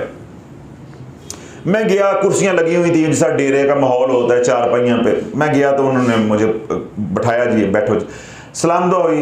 तो थोड़ी देर बातें होती होती, चलती चलती इस बात के ऊपर वो बात आ गई, इस नुक्ते के ऊपर बात आ गई। तो खलील साबरी साहब एकदम जलाल में आए, क्योंकि साबरी रंग गालिब था, तो एकदम जलाल में आए। मुझे कहते हैं, पीर साहब ये बताओ, ये सारा इलाका जो है मेरी मुखालफत करता है कि मैं काफिर हूं, मैं मुशरिक हूं, आप ही बताएं कि मखदूम साबर मेरा रब है कि नहीं? मैंने कहा जी रब है। हुण चुप कर रही है, अपने पीर दी बारी चुप कर रही है। मैं तायीद कर रहा हूं, अगर वो मुशरिक है तो फिर मैं भी तो मुशरिक ही हूं ना, हैं? परेशान थी गए हो। अल्लाह पर इसलिए कहता हूं कि ये बातें आवाम के सामने करने वाले नहीं होती, आवाम परेशान हो जाती। अब देखिए, कोई यहां इतनी बात मेरी काट के सोशल मीडिया पे वो कहीं और अपलोड कर दे सियाको सबाक के बगैर, या इतना बयान सुने बाकी ना सुने, तो उसे क्या समझ आएगी? वो तो ये कहेगा ना कि शाफी जो है वो मखदूम साबर को रब मानता है। खलील अहमद साबरी साहब ने कहा कि पीर साहब आप ये बताएं कि मखदूम साबर मेरा रब है कि नहीं? मैंने कहा जी 100% है, 100% है। फिर आपने सांस ली और यूं हाथ मारे, और अकल दे अन्यों, जिसको मैं सजदे करता हूं वो रब नहीं है, वो रब्बुल आलमीन है। रब तो मां बाप भी हैं, रब तो मां बाप भी हैं। रब के मानी है पालने वाला, तो तेरे मां बाप पालने वाले नहीं हैं। तेरा पीर जो है रूहानी तौर पे तुझे नहीं पाल रहा, तो फिर माशाल्लाह 50 बंदे बैठे हुए थे, स्वयं शर्मिंदगी के किसी के पास कोई लफ्ज नहीं था। जिस तरह आप परेशान हो गए थे, अस्तगफिरुल्लाह अस्तगफिरुल्लाह। तो अल्लाह अवाम की, मैं ये नुक्ता इसलिए बयान किया है कि अवाम का जो इल्म होता है या शऊर जो होता है उसकी सतह कम होती है। ये अवाम का कसूर नहीं है, उनका ये मैदान नहीं है, ये खवास का मैदान है।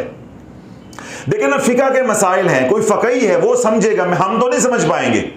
तो अवाम के सामने जब ऐसे पचीदा मसाइल आप लेकर आएंगे तो अवाम क्या हो जाएगी? परेशान जो है वो हो जाएगी।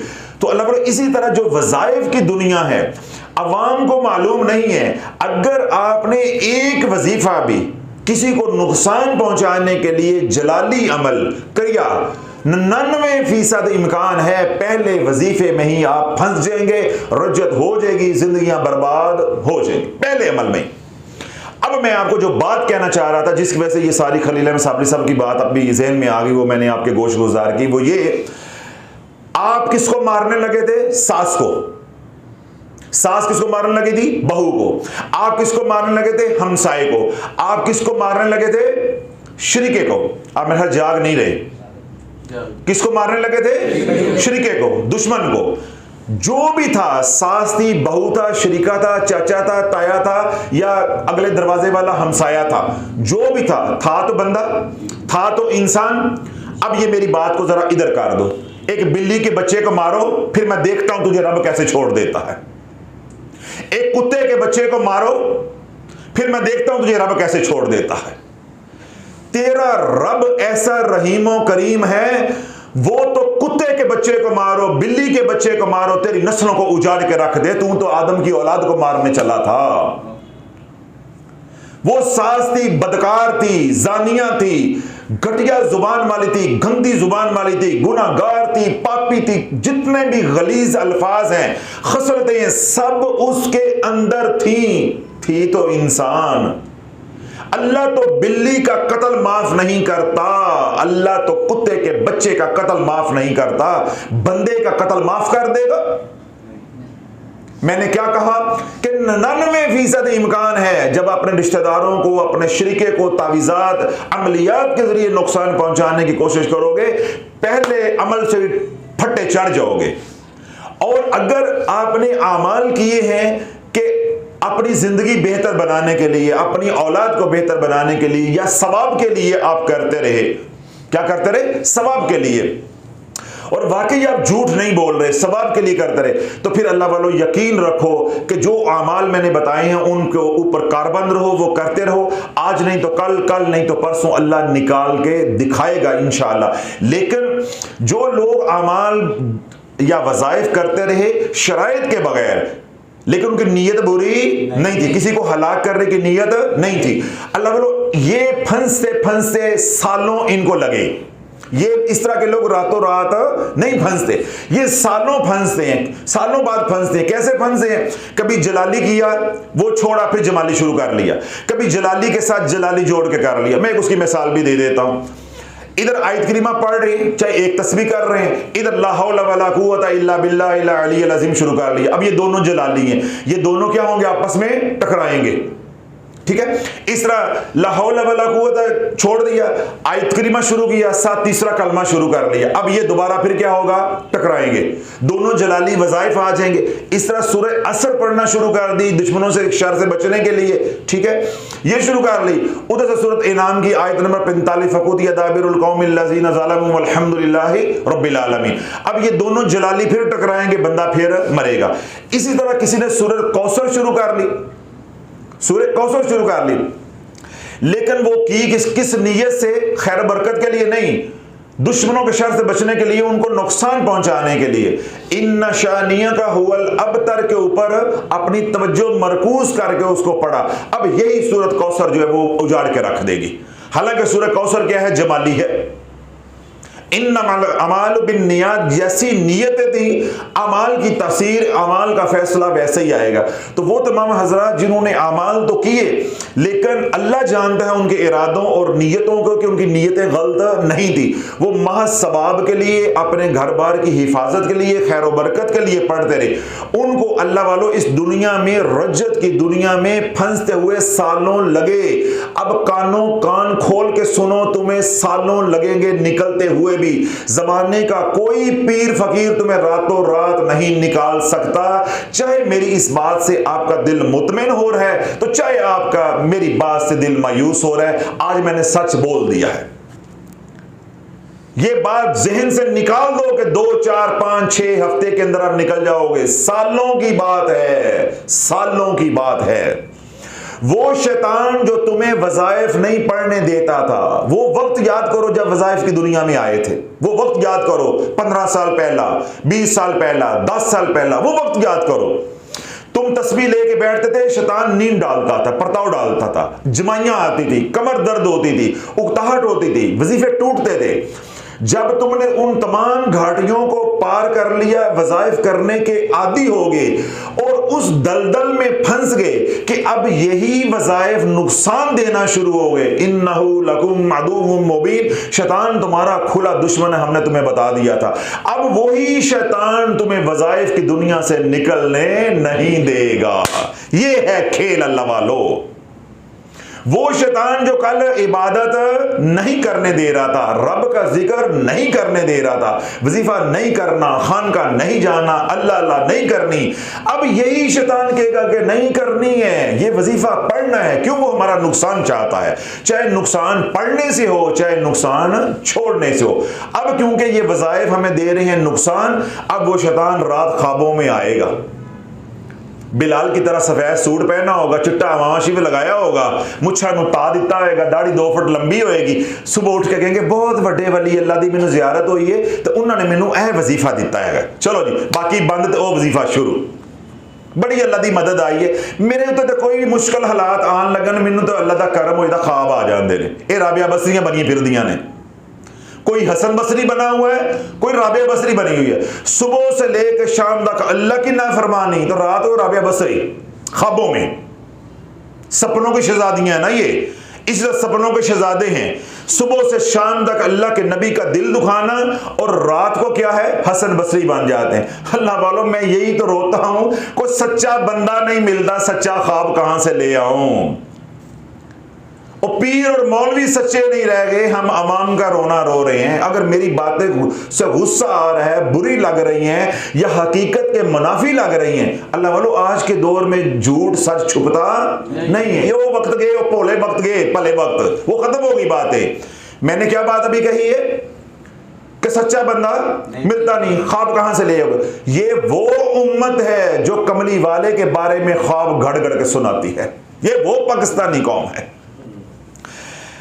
आज सोशल मीडिया पर जाएं, नबी अलैहिस्सलाम से जो मंसूब ख्वाब हैं, बड़े बड़े दाढ़ियों वालों ने, टोपियों वालों ने, मौलवियों ने, उलमा ने, पीरों ने सुनाए हैं।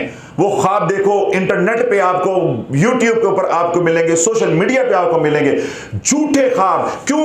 जब वो सुनाए जा रहे थे तब लोगों ने सच माने, अब वक्त गुजर गया है, वो झूठे साबित हो चुके हैं। आप उन ख्वाबों को सुनो, आप दीवारों को टकरे मारोगे कि या अल्लाह जो उम्मत इस नहज में पहुंच गई अपना अजाब नाज़िल क्यों नहीं करता, अजाब नाज़िल क्यों नहीं करता। तो जो कौम या जो उम्मत नबी अलैहिस्सलाम की परवाह नहीं कर रही, उनकी नामूस की परवाह नहीं कर रही, हदीसें घड़ घड़ के जो है वो उसके अंदर मौजू हदीसें डालती है, नबी का नाम इस्तेमाल करती है, ख्वाब जो है वो नबी अलैहिस्सलाम के झूठे मिंबर रसूल पे सुना के अपनी धाक जो है वो बिठाई जाती है ताकि मेरा रोब दबदबा हो। तो वहां ये कहना जी मुझे रात पीर साहब आए तो रात एक वली अल्लाह आए, उन्होंने मुझे ख्वाब दे में ये वजीफा दे दिया, वो वली अल्लाह इब्लीस है जिसको वली अल्लाह बनाए फिरते हो, वो अल्लाह का दुश्मन है, रसूल का दुश्मन है।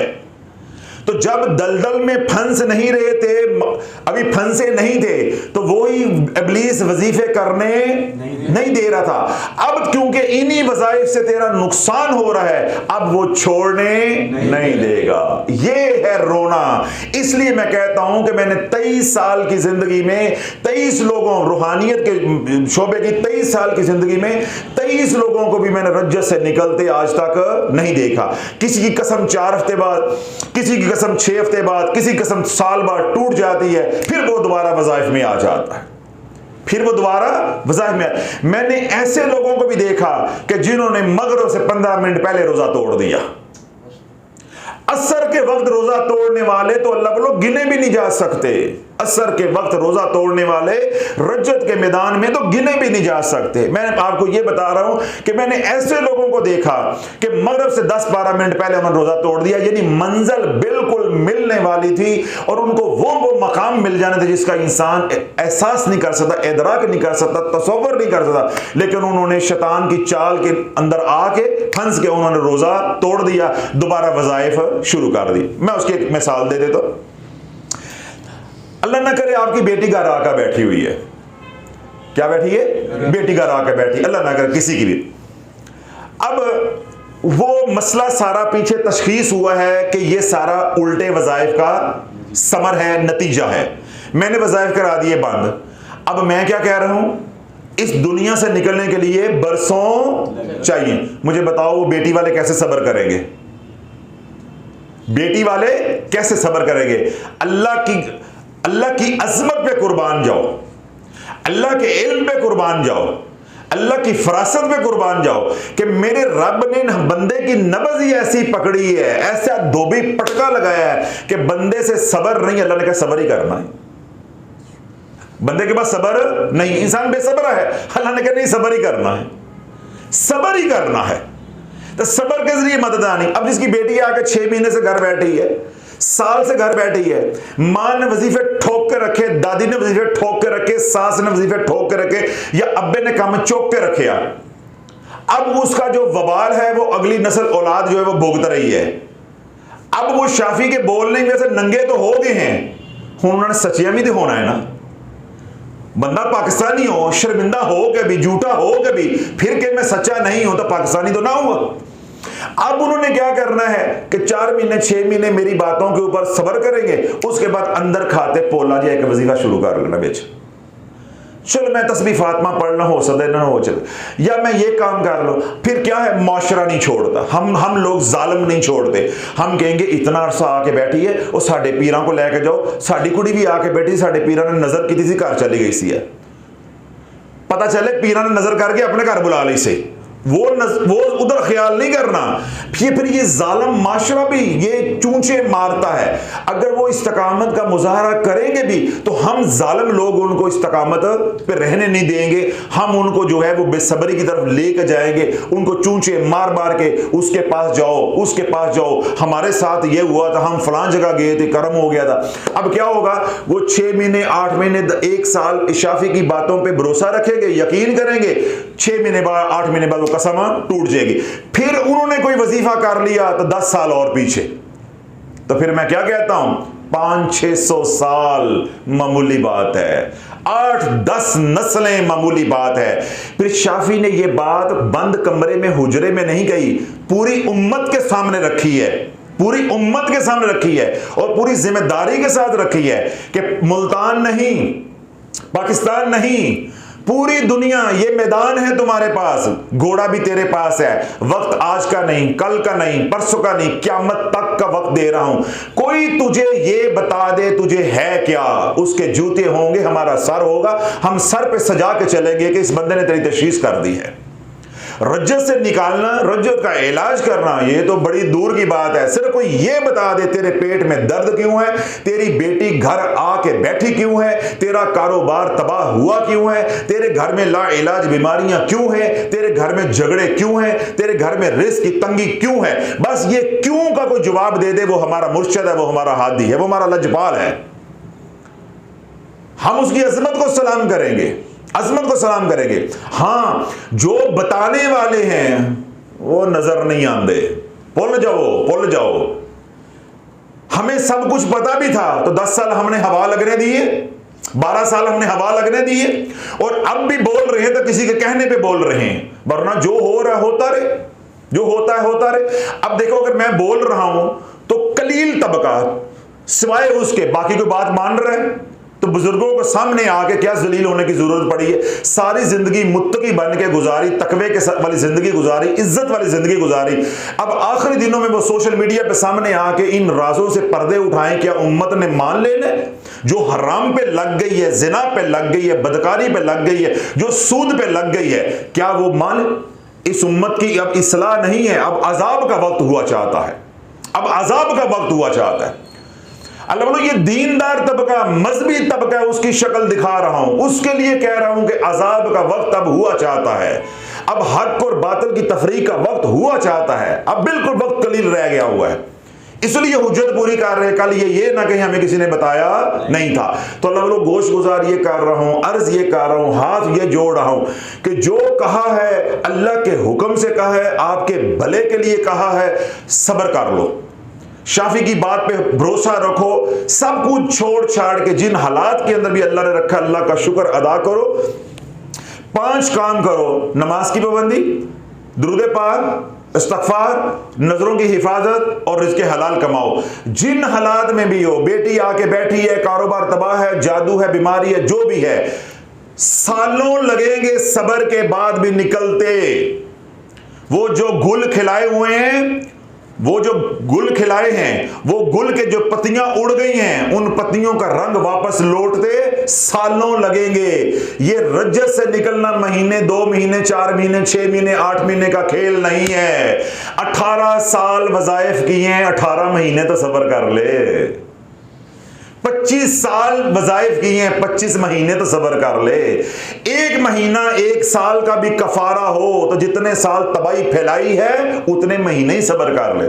बाकी फिर वही बात, सजदे में सर रख के अल्लाह से मांगो, सजदे से उठने से पहले अल्लाह नवाज दे, ये आपका और अल्लाह का मामला है। ये इधर हम बात नहीं कर रहे, हम बात कर रहे हैं मुशाहिदे की, तजर्बे की और असूल की। तो अल्लाह बोलो, जब इन हालात में आप फंस गए कि आपने वज़ाइफ तो किए थे लेकिन आपकी नीयतें बुरी नहीं थी, असल में आपको ये बात कहना चाह रहा हूं, तो अल्लाह वालों भरोसा रखो, अल्लाह की रहमत पे भरोसा रखो, शाफी ने जो कहा है उस पे भरोसा रखो। अल्लाह तुम्हें वो मंजिल देगा कि तुम्हारा यकीन नहीं होगा, तुम्हारा गुमान नहीं होगा, वहां वो गुमान में भी वो मंजिल नहीं आएगी। अल्लाह सारे पिछले गिले शिकवे दूर कर देगा। बेशक गलती हुई है, अल्लाह की रहमत बड़ी वसी है, अल्लाह की मग़फ़िरत बख्शिश बड़ी वसी है। अल्लाह तुम्हें तमाम कमियां कुताइयां जो तुम्हारे अंदर थी उनको भी दरगुजर फरमाएगा और अल्लाह वो इनामात देगा, वो बदल देगा कि तू अश अश कर उठेगा। वला सौफ़ युअतीका रब्बुका फतरदा। अल्लाह इस आयत मुबारका का फैज़ान अता करेगा जो अल्लाह ने वादा अपने महबूब के साथ किया है। इसी आयत का फैज़ान आएगा कि तू सब्र का दामन ना छोड़। अगर सब्र का दामन छोड़ दिया, फिर मैंने खुल के आज बता दिया है कि तेरा कोई पुरसाने हाल नहीं है। चाहे तू इधर आ तो चाहे उधर आ, चाहे तेरी बेटी 50 साल घर बैठी रहे, तू पढ़ वजीफे। मैं तो डंके की चोट पे कह रहा हूं, कोई ढूंढ मलंग, कोई ढूंढ मलंग, कोई ढूंढ मजजूब, कोई ढूंढ वक्त का कुतब और गौस तेरी बेटी को, तेरे कारोबार को रज्जत से निकाल दे, तेरे घर से बीमारियों को निकाल दे, तुझे तकलीफों से निकाल दे। 3 दफा चेहरे पे हाथ फेरा है, वो वक्त का इमाम होगा, हम उसके हाथ पे जाकर बैयत करेंगे, उसके मुरीद होंगे। पूरी दुनिया के सामने कह रहा हूं, कोई तुझे निकाल दे, कोई तुझे इस तकलीफ से निकाल दे, तुझे तकलीफ से जो निकालने का जरिया है सिर्फ मेरे कमली वाले की गुलामी है। बस मदीने वाले की नजर हो गई, तेरा काम बन जाएगा। तेरे आंसू ऐसे छलक पड़े, अल्लाह को अदा पसंद आ गई, तेरा काम बन जाएगा। बाकी कोई पीर फकीर कोई कुछ नहीं कर सकता, कोई कुछ नहीं कर सकता। ये कहने का मेरा हरगिज मतलब नहीं है कि कोई कुछ नहीं कर सकता, मैं करता हूं। भाई मैं तो खुद कह रहा हूं कि मैनू फोन ना करो, खुदा दे वास्ते मैं कुछ नहीं कर सकता। मैं अपनी तो सफाई दे रहा हूं कि कहीं घूम के कोई ले आए बात इस पे कि हजरत साहब जो है वो अपने कहने के मैं बड़ी पहुंची सरकार हूं तो उम्मत में इस वक्त कोई और है नहीं है। भाई मैं यही तो रो रहा हूं कि मैं कुछ नहीं कर सकता, और जो उम्मत में हैं वो तुम्हें मिलेंगे नहीं। ये नहीं है कि उम्मत में है नहीं, अगर उम्मत में कोई मौलज नहीं है तो उम्मत फना ना हो जाती, क्या क़यामत बर्पा ना हो जाती। हर बीमारी का इलाज है, लेकिन तुम उस इलाज तक पहुंचोगे नहीं है। अल्लाह बोलो, जिस तरह कैंसर है, कैंसर का इलाज क्या है? पहले आपका ऑपरेशन होगा, अल्लाह ना करे कैंसर हो गया, पहले क्या होगा? ऑपरेशन, फिर आपको कीमो लगेगी, फिर आपको रेडियोथेरेपी होगी। ये 3 ही मरहल होते हैं। आधे जो पहले लोग हैं वो इलाज इतना महंगा है वहीं से भाग जाते हैं कि हमारे बस की बात नहीं है। कुछ जो है ऑपरेशन के दौरान मर जाते हैं, कुछ ऑपरेशन का उनका ऑपरेशन ही बिगड़ जाता है, कामयाब नहीं होता, कुछ वहीं से निकल जाते हैं।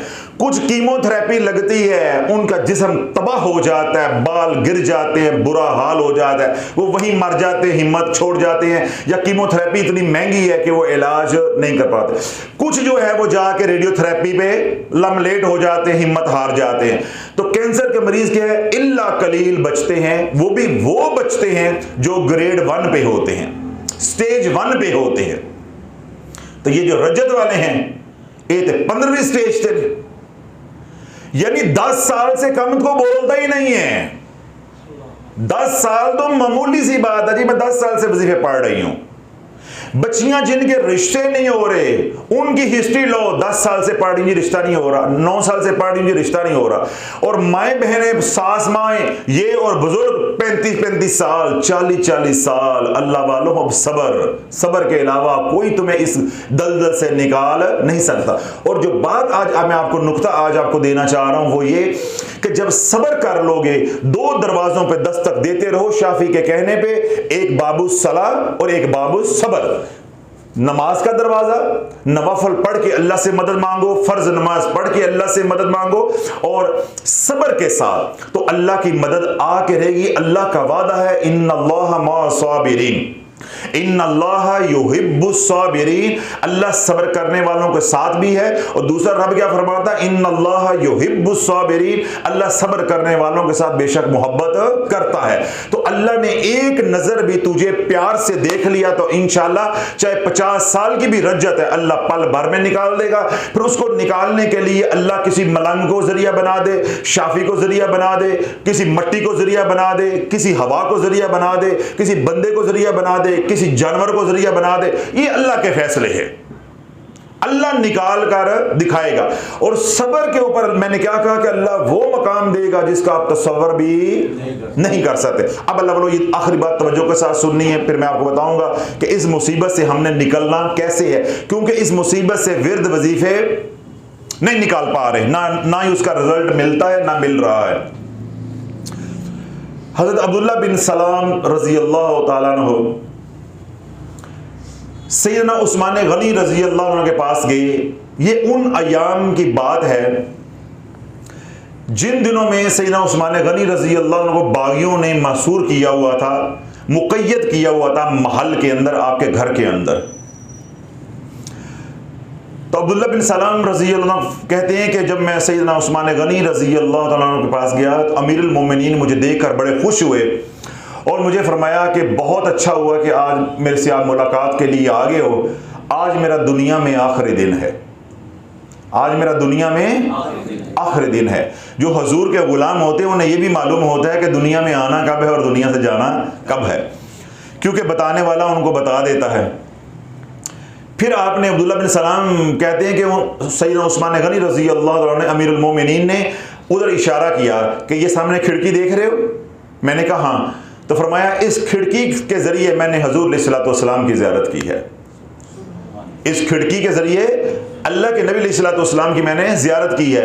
तो अल्लाह के नबी अलैहिस्सलातु वस्सलाम ने मुझे इशारा फरमाया कि उस्मान, बागियों ने जो है तेरे घर का मुहासरा किया हुआ है, तुझे मुक़य्यद किया हुआ है और तुझे शदीद प्यास से है, ले मैं तेरे लिए पानी लेकर आया हूँ, मैं तेरे लिए पानी लेकर आया हूँ। तो अल्लाह के नबी अलैहिस्सलातु वस्सलाम ने एक डोल पानी का इस खिड़की के जरिए मेरी तरफ किया।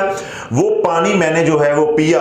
खुदा की इज्जत की कसम है कि अभी तक उस पानी की ठंडक को मैं अपनी छाती और अपने शानों में महसूस कर रहा हूँ। और मेरी प्यास ऐसी अब बुझी है कि अब मुझे प्यास नहीं लग रही। हजूर की गुलामी है, हजूर की गुलामी है। ये जो मैं इतना चीख कर आया हूं, मैंने क्या कहा है कि कोई माई का लाल तुम्हें रज्जत से नहीं निकाल सकता। ये ना समझो कि मैं कह रहा हूं कि कोई नहीं निकाल सकता तो मैं निकालूंगा। भाई मैं तो खुद हाथ जोड़ रहा हूं आपसे, अपनी जान छुड़ाने के लिए तो ये बयान कर रहा हूं।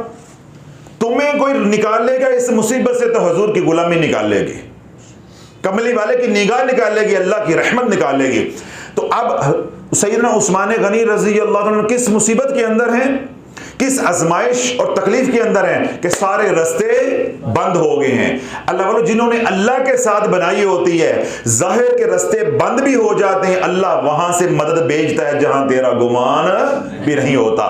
जब तू अल्लाह को मना लेगा सब्र और नमाज के जरिए, अल्लाह तुझे इस बंद गली से, रज्जत की गली से, इस कैंसर से अल्लाह ऐसे निकालेगा कि तेरा गुमान भी नहीं जा सकता। तो सैयदना उस्मान गनी रज़ी अल्लाह फरमाते हैं कि मैंने वो डोल में से पानी पिया तो खुदा की इज्जत की कसम है कि अब तक मुझे प्यास महसूस नहीं हो रही और उस पानी की ठंडक मैं अपनी छाती और शानों में अभी तक महसूस कर रहा हूं। फिर अल्लाह के नबी सल्लल्लाहु अलैहि वसल्लम ने इरशाद फरमाया कि उस्मान, बागी जो है तेरी जान लेने के दर पे हैं। अब ये तू बता कि हम तेरी मदद के लिए आए, तुझे मदद भेजें, या तू रोजा हमारे साथ इफ्तार करना चाहता है। अब ये तेरे ऊपर है, अब ये तेरे ऊपर है। मदद चाहिए तो हम मदद करते हैं, तुझे इस मुश्किल घड़ी से हम निकाल देते हैं, और अगर तू हमारे पास आना चाहता है तो रोजा फिर हमारे पास आके इफ्तार कर ले। तो उस्मान गनी रज़ी अल्लाह अन्हु अर्ज़ करते हैं कि या रसूलल्लाह, मैं आपके पास हाजिर होना चाहता हूँ, मैं रोज़ा आपके पास खोलना चाहता हूँ, इफ्तार करना चाहता हूँ। तो अल्लाह ये 35 हिजरी का वाक़या है, 35 हिजरी का वाक़या है।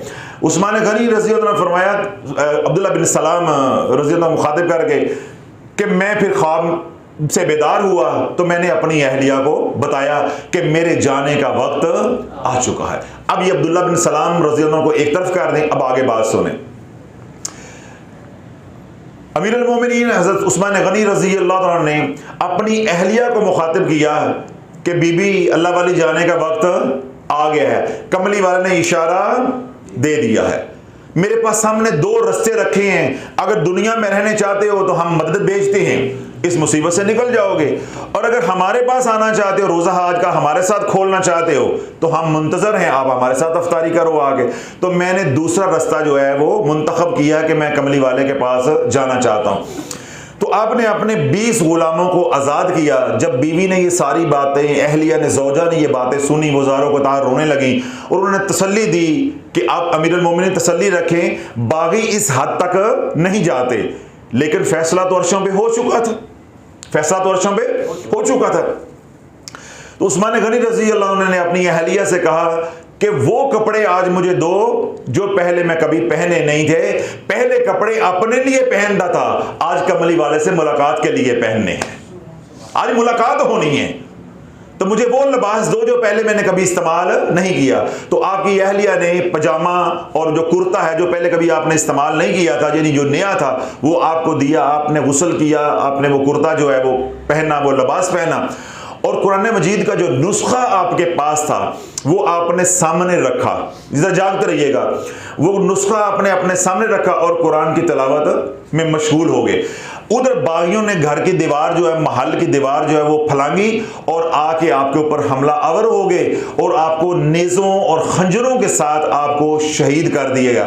जब खून के फवारे जो है वो उड़े और आपका खून जो है वो कुरान मजीद के उस नुस्खे के ऊपर जाके गिरा, और जिस आयत को उस्मान गनी रज़ी अल्लाह अन्हु के खून ने रंगा, यानी उसको सुर्ख कर दिया, वो आयत सूरत बकरा की फसयक्फिकहुमुल्लाहु वहुवस समीउल अलीम, फसयक्फिकहुमुल्लाहु वहुवस समीउल अलीम। अल्लाह क्या फरमाता है, बंदे तेरे लिए तेरा अल्लाह काफ़ी है, मेरे लिए मेरा अल्लाह काफ़ी है, उसकी मदद काफ़ी है, बेशक वो सुनने वाला है और सब कुछ जानने वाला है। तो अल्लाह बोलो, जब तुम्हारे ऊपर ऐसी मुसीबत आ जाए कि सारे दरवाजे बंद हो गए हैं, रज्जत वो बीमारी है जिसने सारे दरवाजे क्या कर दिए हैं, बंद कर दिए हैं, ना वजीफा ना दुआएं। लोग क्या कुरलाते हैं, हजरत साहब तहज्जुद की दुआएं कबूल नहीं होती, तहज्जुद की दुआएं कबूल नहीं होती। अब सारे रास्ते क्या हो गए हैं, बंद। तो अल्लाह बोलो, जब सारे रास्ते बंद हो जाएं तो फिर इस आयत मुबारका का विर्द करो, अल्लाह वहां से मदद भेजेगा जहां तेरा वहमो गुमान भी नहीं है। अगर तुम महज ये कहे कि मैं सूरत तारक के जरिए, मैं वज़ाइफ के जरिए, सूरत अबसा के जरिए, सूरत बकरा के जरिए या किसी और वजीफे के जरिए रज्जत से निकल जाऊंगा, शाफी ने खोल के बता दिया, ए भुल च ना रहना, ए भुल च ना रहना। ये गलतफहमी निकाल दो कि ये जो लगाई हुई है हाथों की, ये दांतों से खुलेंगी अब, और इतनी ये मजबूत हो गई हुई है कि ये खुलेंगे नहीं, दांत टूट जाएंगे जब तक अल्लाह की मदद जो है वो नहीं शामिल हाल होती। तो अल्लाह की मदद को पुकारने के लिए जो आमाल आप पहले से कर रहे हैं, जो जिसको हमने बताए हैं, चाहे वो सूरत तारक पढ़ रहा है, सूरत तौबा पढ़ रहा है, दुरूद पाक पढ़ रहा है, इस्तग़फ़ार कर रहा है, इज्तिमाई अमल में शामिल है, सूरह मुज़म्मिल कर रहे हैं, वगैरह वगैरह, जो जो आमाल आप कर रहे हो, या आप हमारे से वाबस्ता नहीं भी हैं, किसी और के बताए हुए आमाल कर रहे हो, अपने आमाल को जारी रखो और इस आयत मुबारका को 70 बार सुबह और 70 बार शाम पढ़ना नहीं है, मंगता बनना है, पढ़ना नहीं है, पढ़ने से काम नहीं बनेगा, अपने यकीन का अदा करना है, यकीन अपना अल्लाह की बारगाह में पेश करना है। फसयक्फिकहुमुल्लाहु वहुवस समीउल अलीम, ऐ अल्लाह तू ही मेरे लिए काफी है। मुझे जमाने के पीरों ने जवाब दे दिया, आज शाफी ते बड़ी उम्मीद सी, शाफी ने भी हाथ चुक दिते ने, है अल्लाह अब हम कहां जाएं। पहले 4 दिन तक शाफी भी कहता रहा ठीक हो जाओगे, पोला पोला हमें चलाता रहा। आज तो उसने खुल के बता दिया है कि सालों की गिरा लगी हुई है, साल ही लगने हैं खुलने पे। अल्लाह मेरी जवान बेटी घर बैठी है, मैं साल इंतजार करूं, मेरे घर खाने को नहीं, या अल्लाह मैं सालों इंतजार करूं, या अल्लाह मैं सालों से बीमार हूं, मेरा कोई पुरसाने हाल नहीं, मैं सालों इंतजार करूं। अल्लाह तू करीम है, रहीम है, मुझे पल भर में निकालने पे तू कादिर है। तू शाफी का पाबंद नहीं है, पीरों का पाबंद नहीं है, वजीफों का पाबंद नहीं है, तवीज़ों का पाबंद नहीं है। अल्लाह तू मुझे पल भर में निकाल दे ताकि मैं ज़माने को बताऊं कि मैं वजीफों के बगैर निकल आया हूं।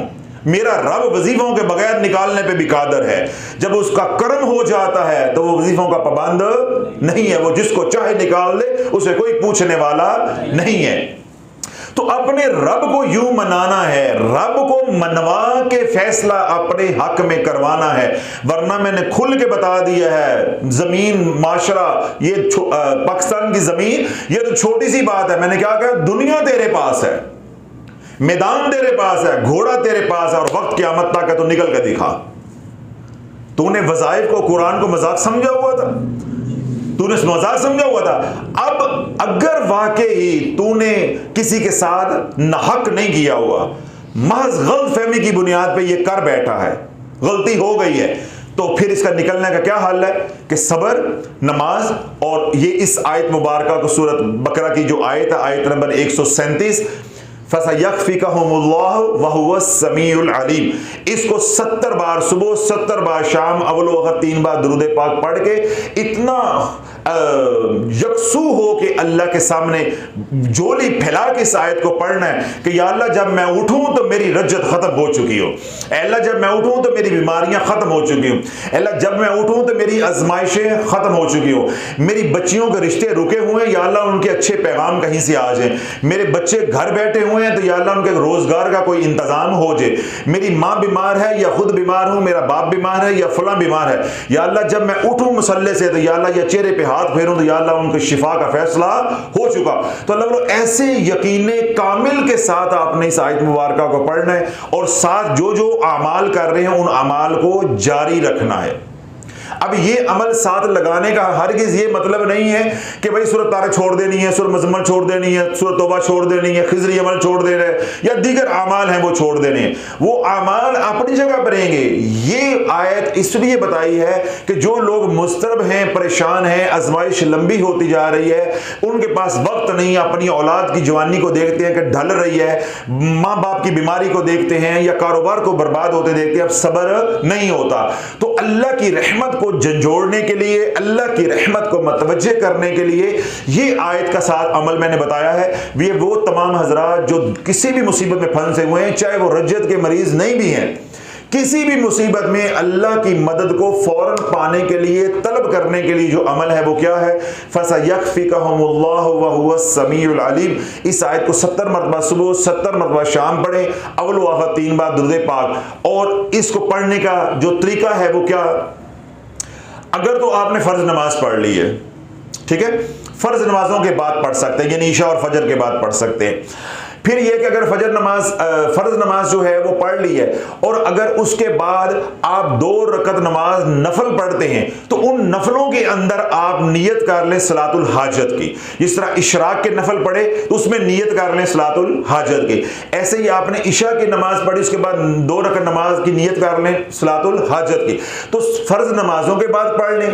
और अगर आप कहते हैं कि इस अमल को सातवां गेर लग जाए, यानी ये अमल और पुरतसीर हो जाए, तो 2 रकअत नमाज सलातुल हाजत का एहतमाम करें। सलातुल हाजत कैसे पढ़ी जाती है, मुकम्मल बयान तलाश चैनल के ऊपर अपलोड है, वहां से थोड़ी देर के लिए सुन लें, तरीका समझ आ जाएगा। सलातुल हाजत पढ़ें, उसके बाद कमली वाले पे दुरूद पढ़ें, दुरूद पढ़ने के बाद आप 70 मरतबा पढ़ें, फसयक्फिकहुमुल्लाहु वहुवस समीउल अलीम, अव्वल वक्त 3 बार दुरूद पाक। तो किसी यकीन के साथ कि आज फैसला होकर रहेगा, आज कट्टी कट्टा निकल के रहेगा। जिस तरह वो हमें डस्का वाले कह रहे थे ना, हजरत साहब घर वाले ने कहा कट्टी कट्टा कट के आना है, तो आज इसलिए फिर मैंने कट्टी कट्टा निकाल दिया है कि भाई साढ़े दिन रहना, जागते रहना। खुल के बता दिया है कि मुझे जिच नहीं करो बार बार फोन करके, मैसेज करके, हजरत साहब हुआ नहीं है, हुआ नहीं है, हुआ नहीं है। भाई कोई और मसला होता मैं 100 उसके हल बताता। रज्जत के लिए सिवाय सबर और रियाजत सालों लगे हैं फंसते, और सालों लगेंगे निकलते। आज मैंने ये अमल अज़ाफ़ी इसलिए बताया है कि अल्लाह निकालने पे आए तो ये पल भर में निकाल देगा। तो ये अल्लाह की मदद को तलब करने का ऐसा मुजर्रब नुस्खा है, इसको आजमाओ। तमाम वो हजरात जो मुसीबतों में फंसे हुए हैं, मैंने कहा चाहे वो रज्जत का इलाज कर रहे हैं चाहे वो रज्जत का इलाज नहीं कर रहे, तमाम हजरात इस अमल को कर सकते हैं।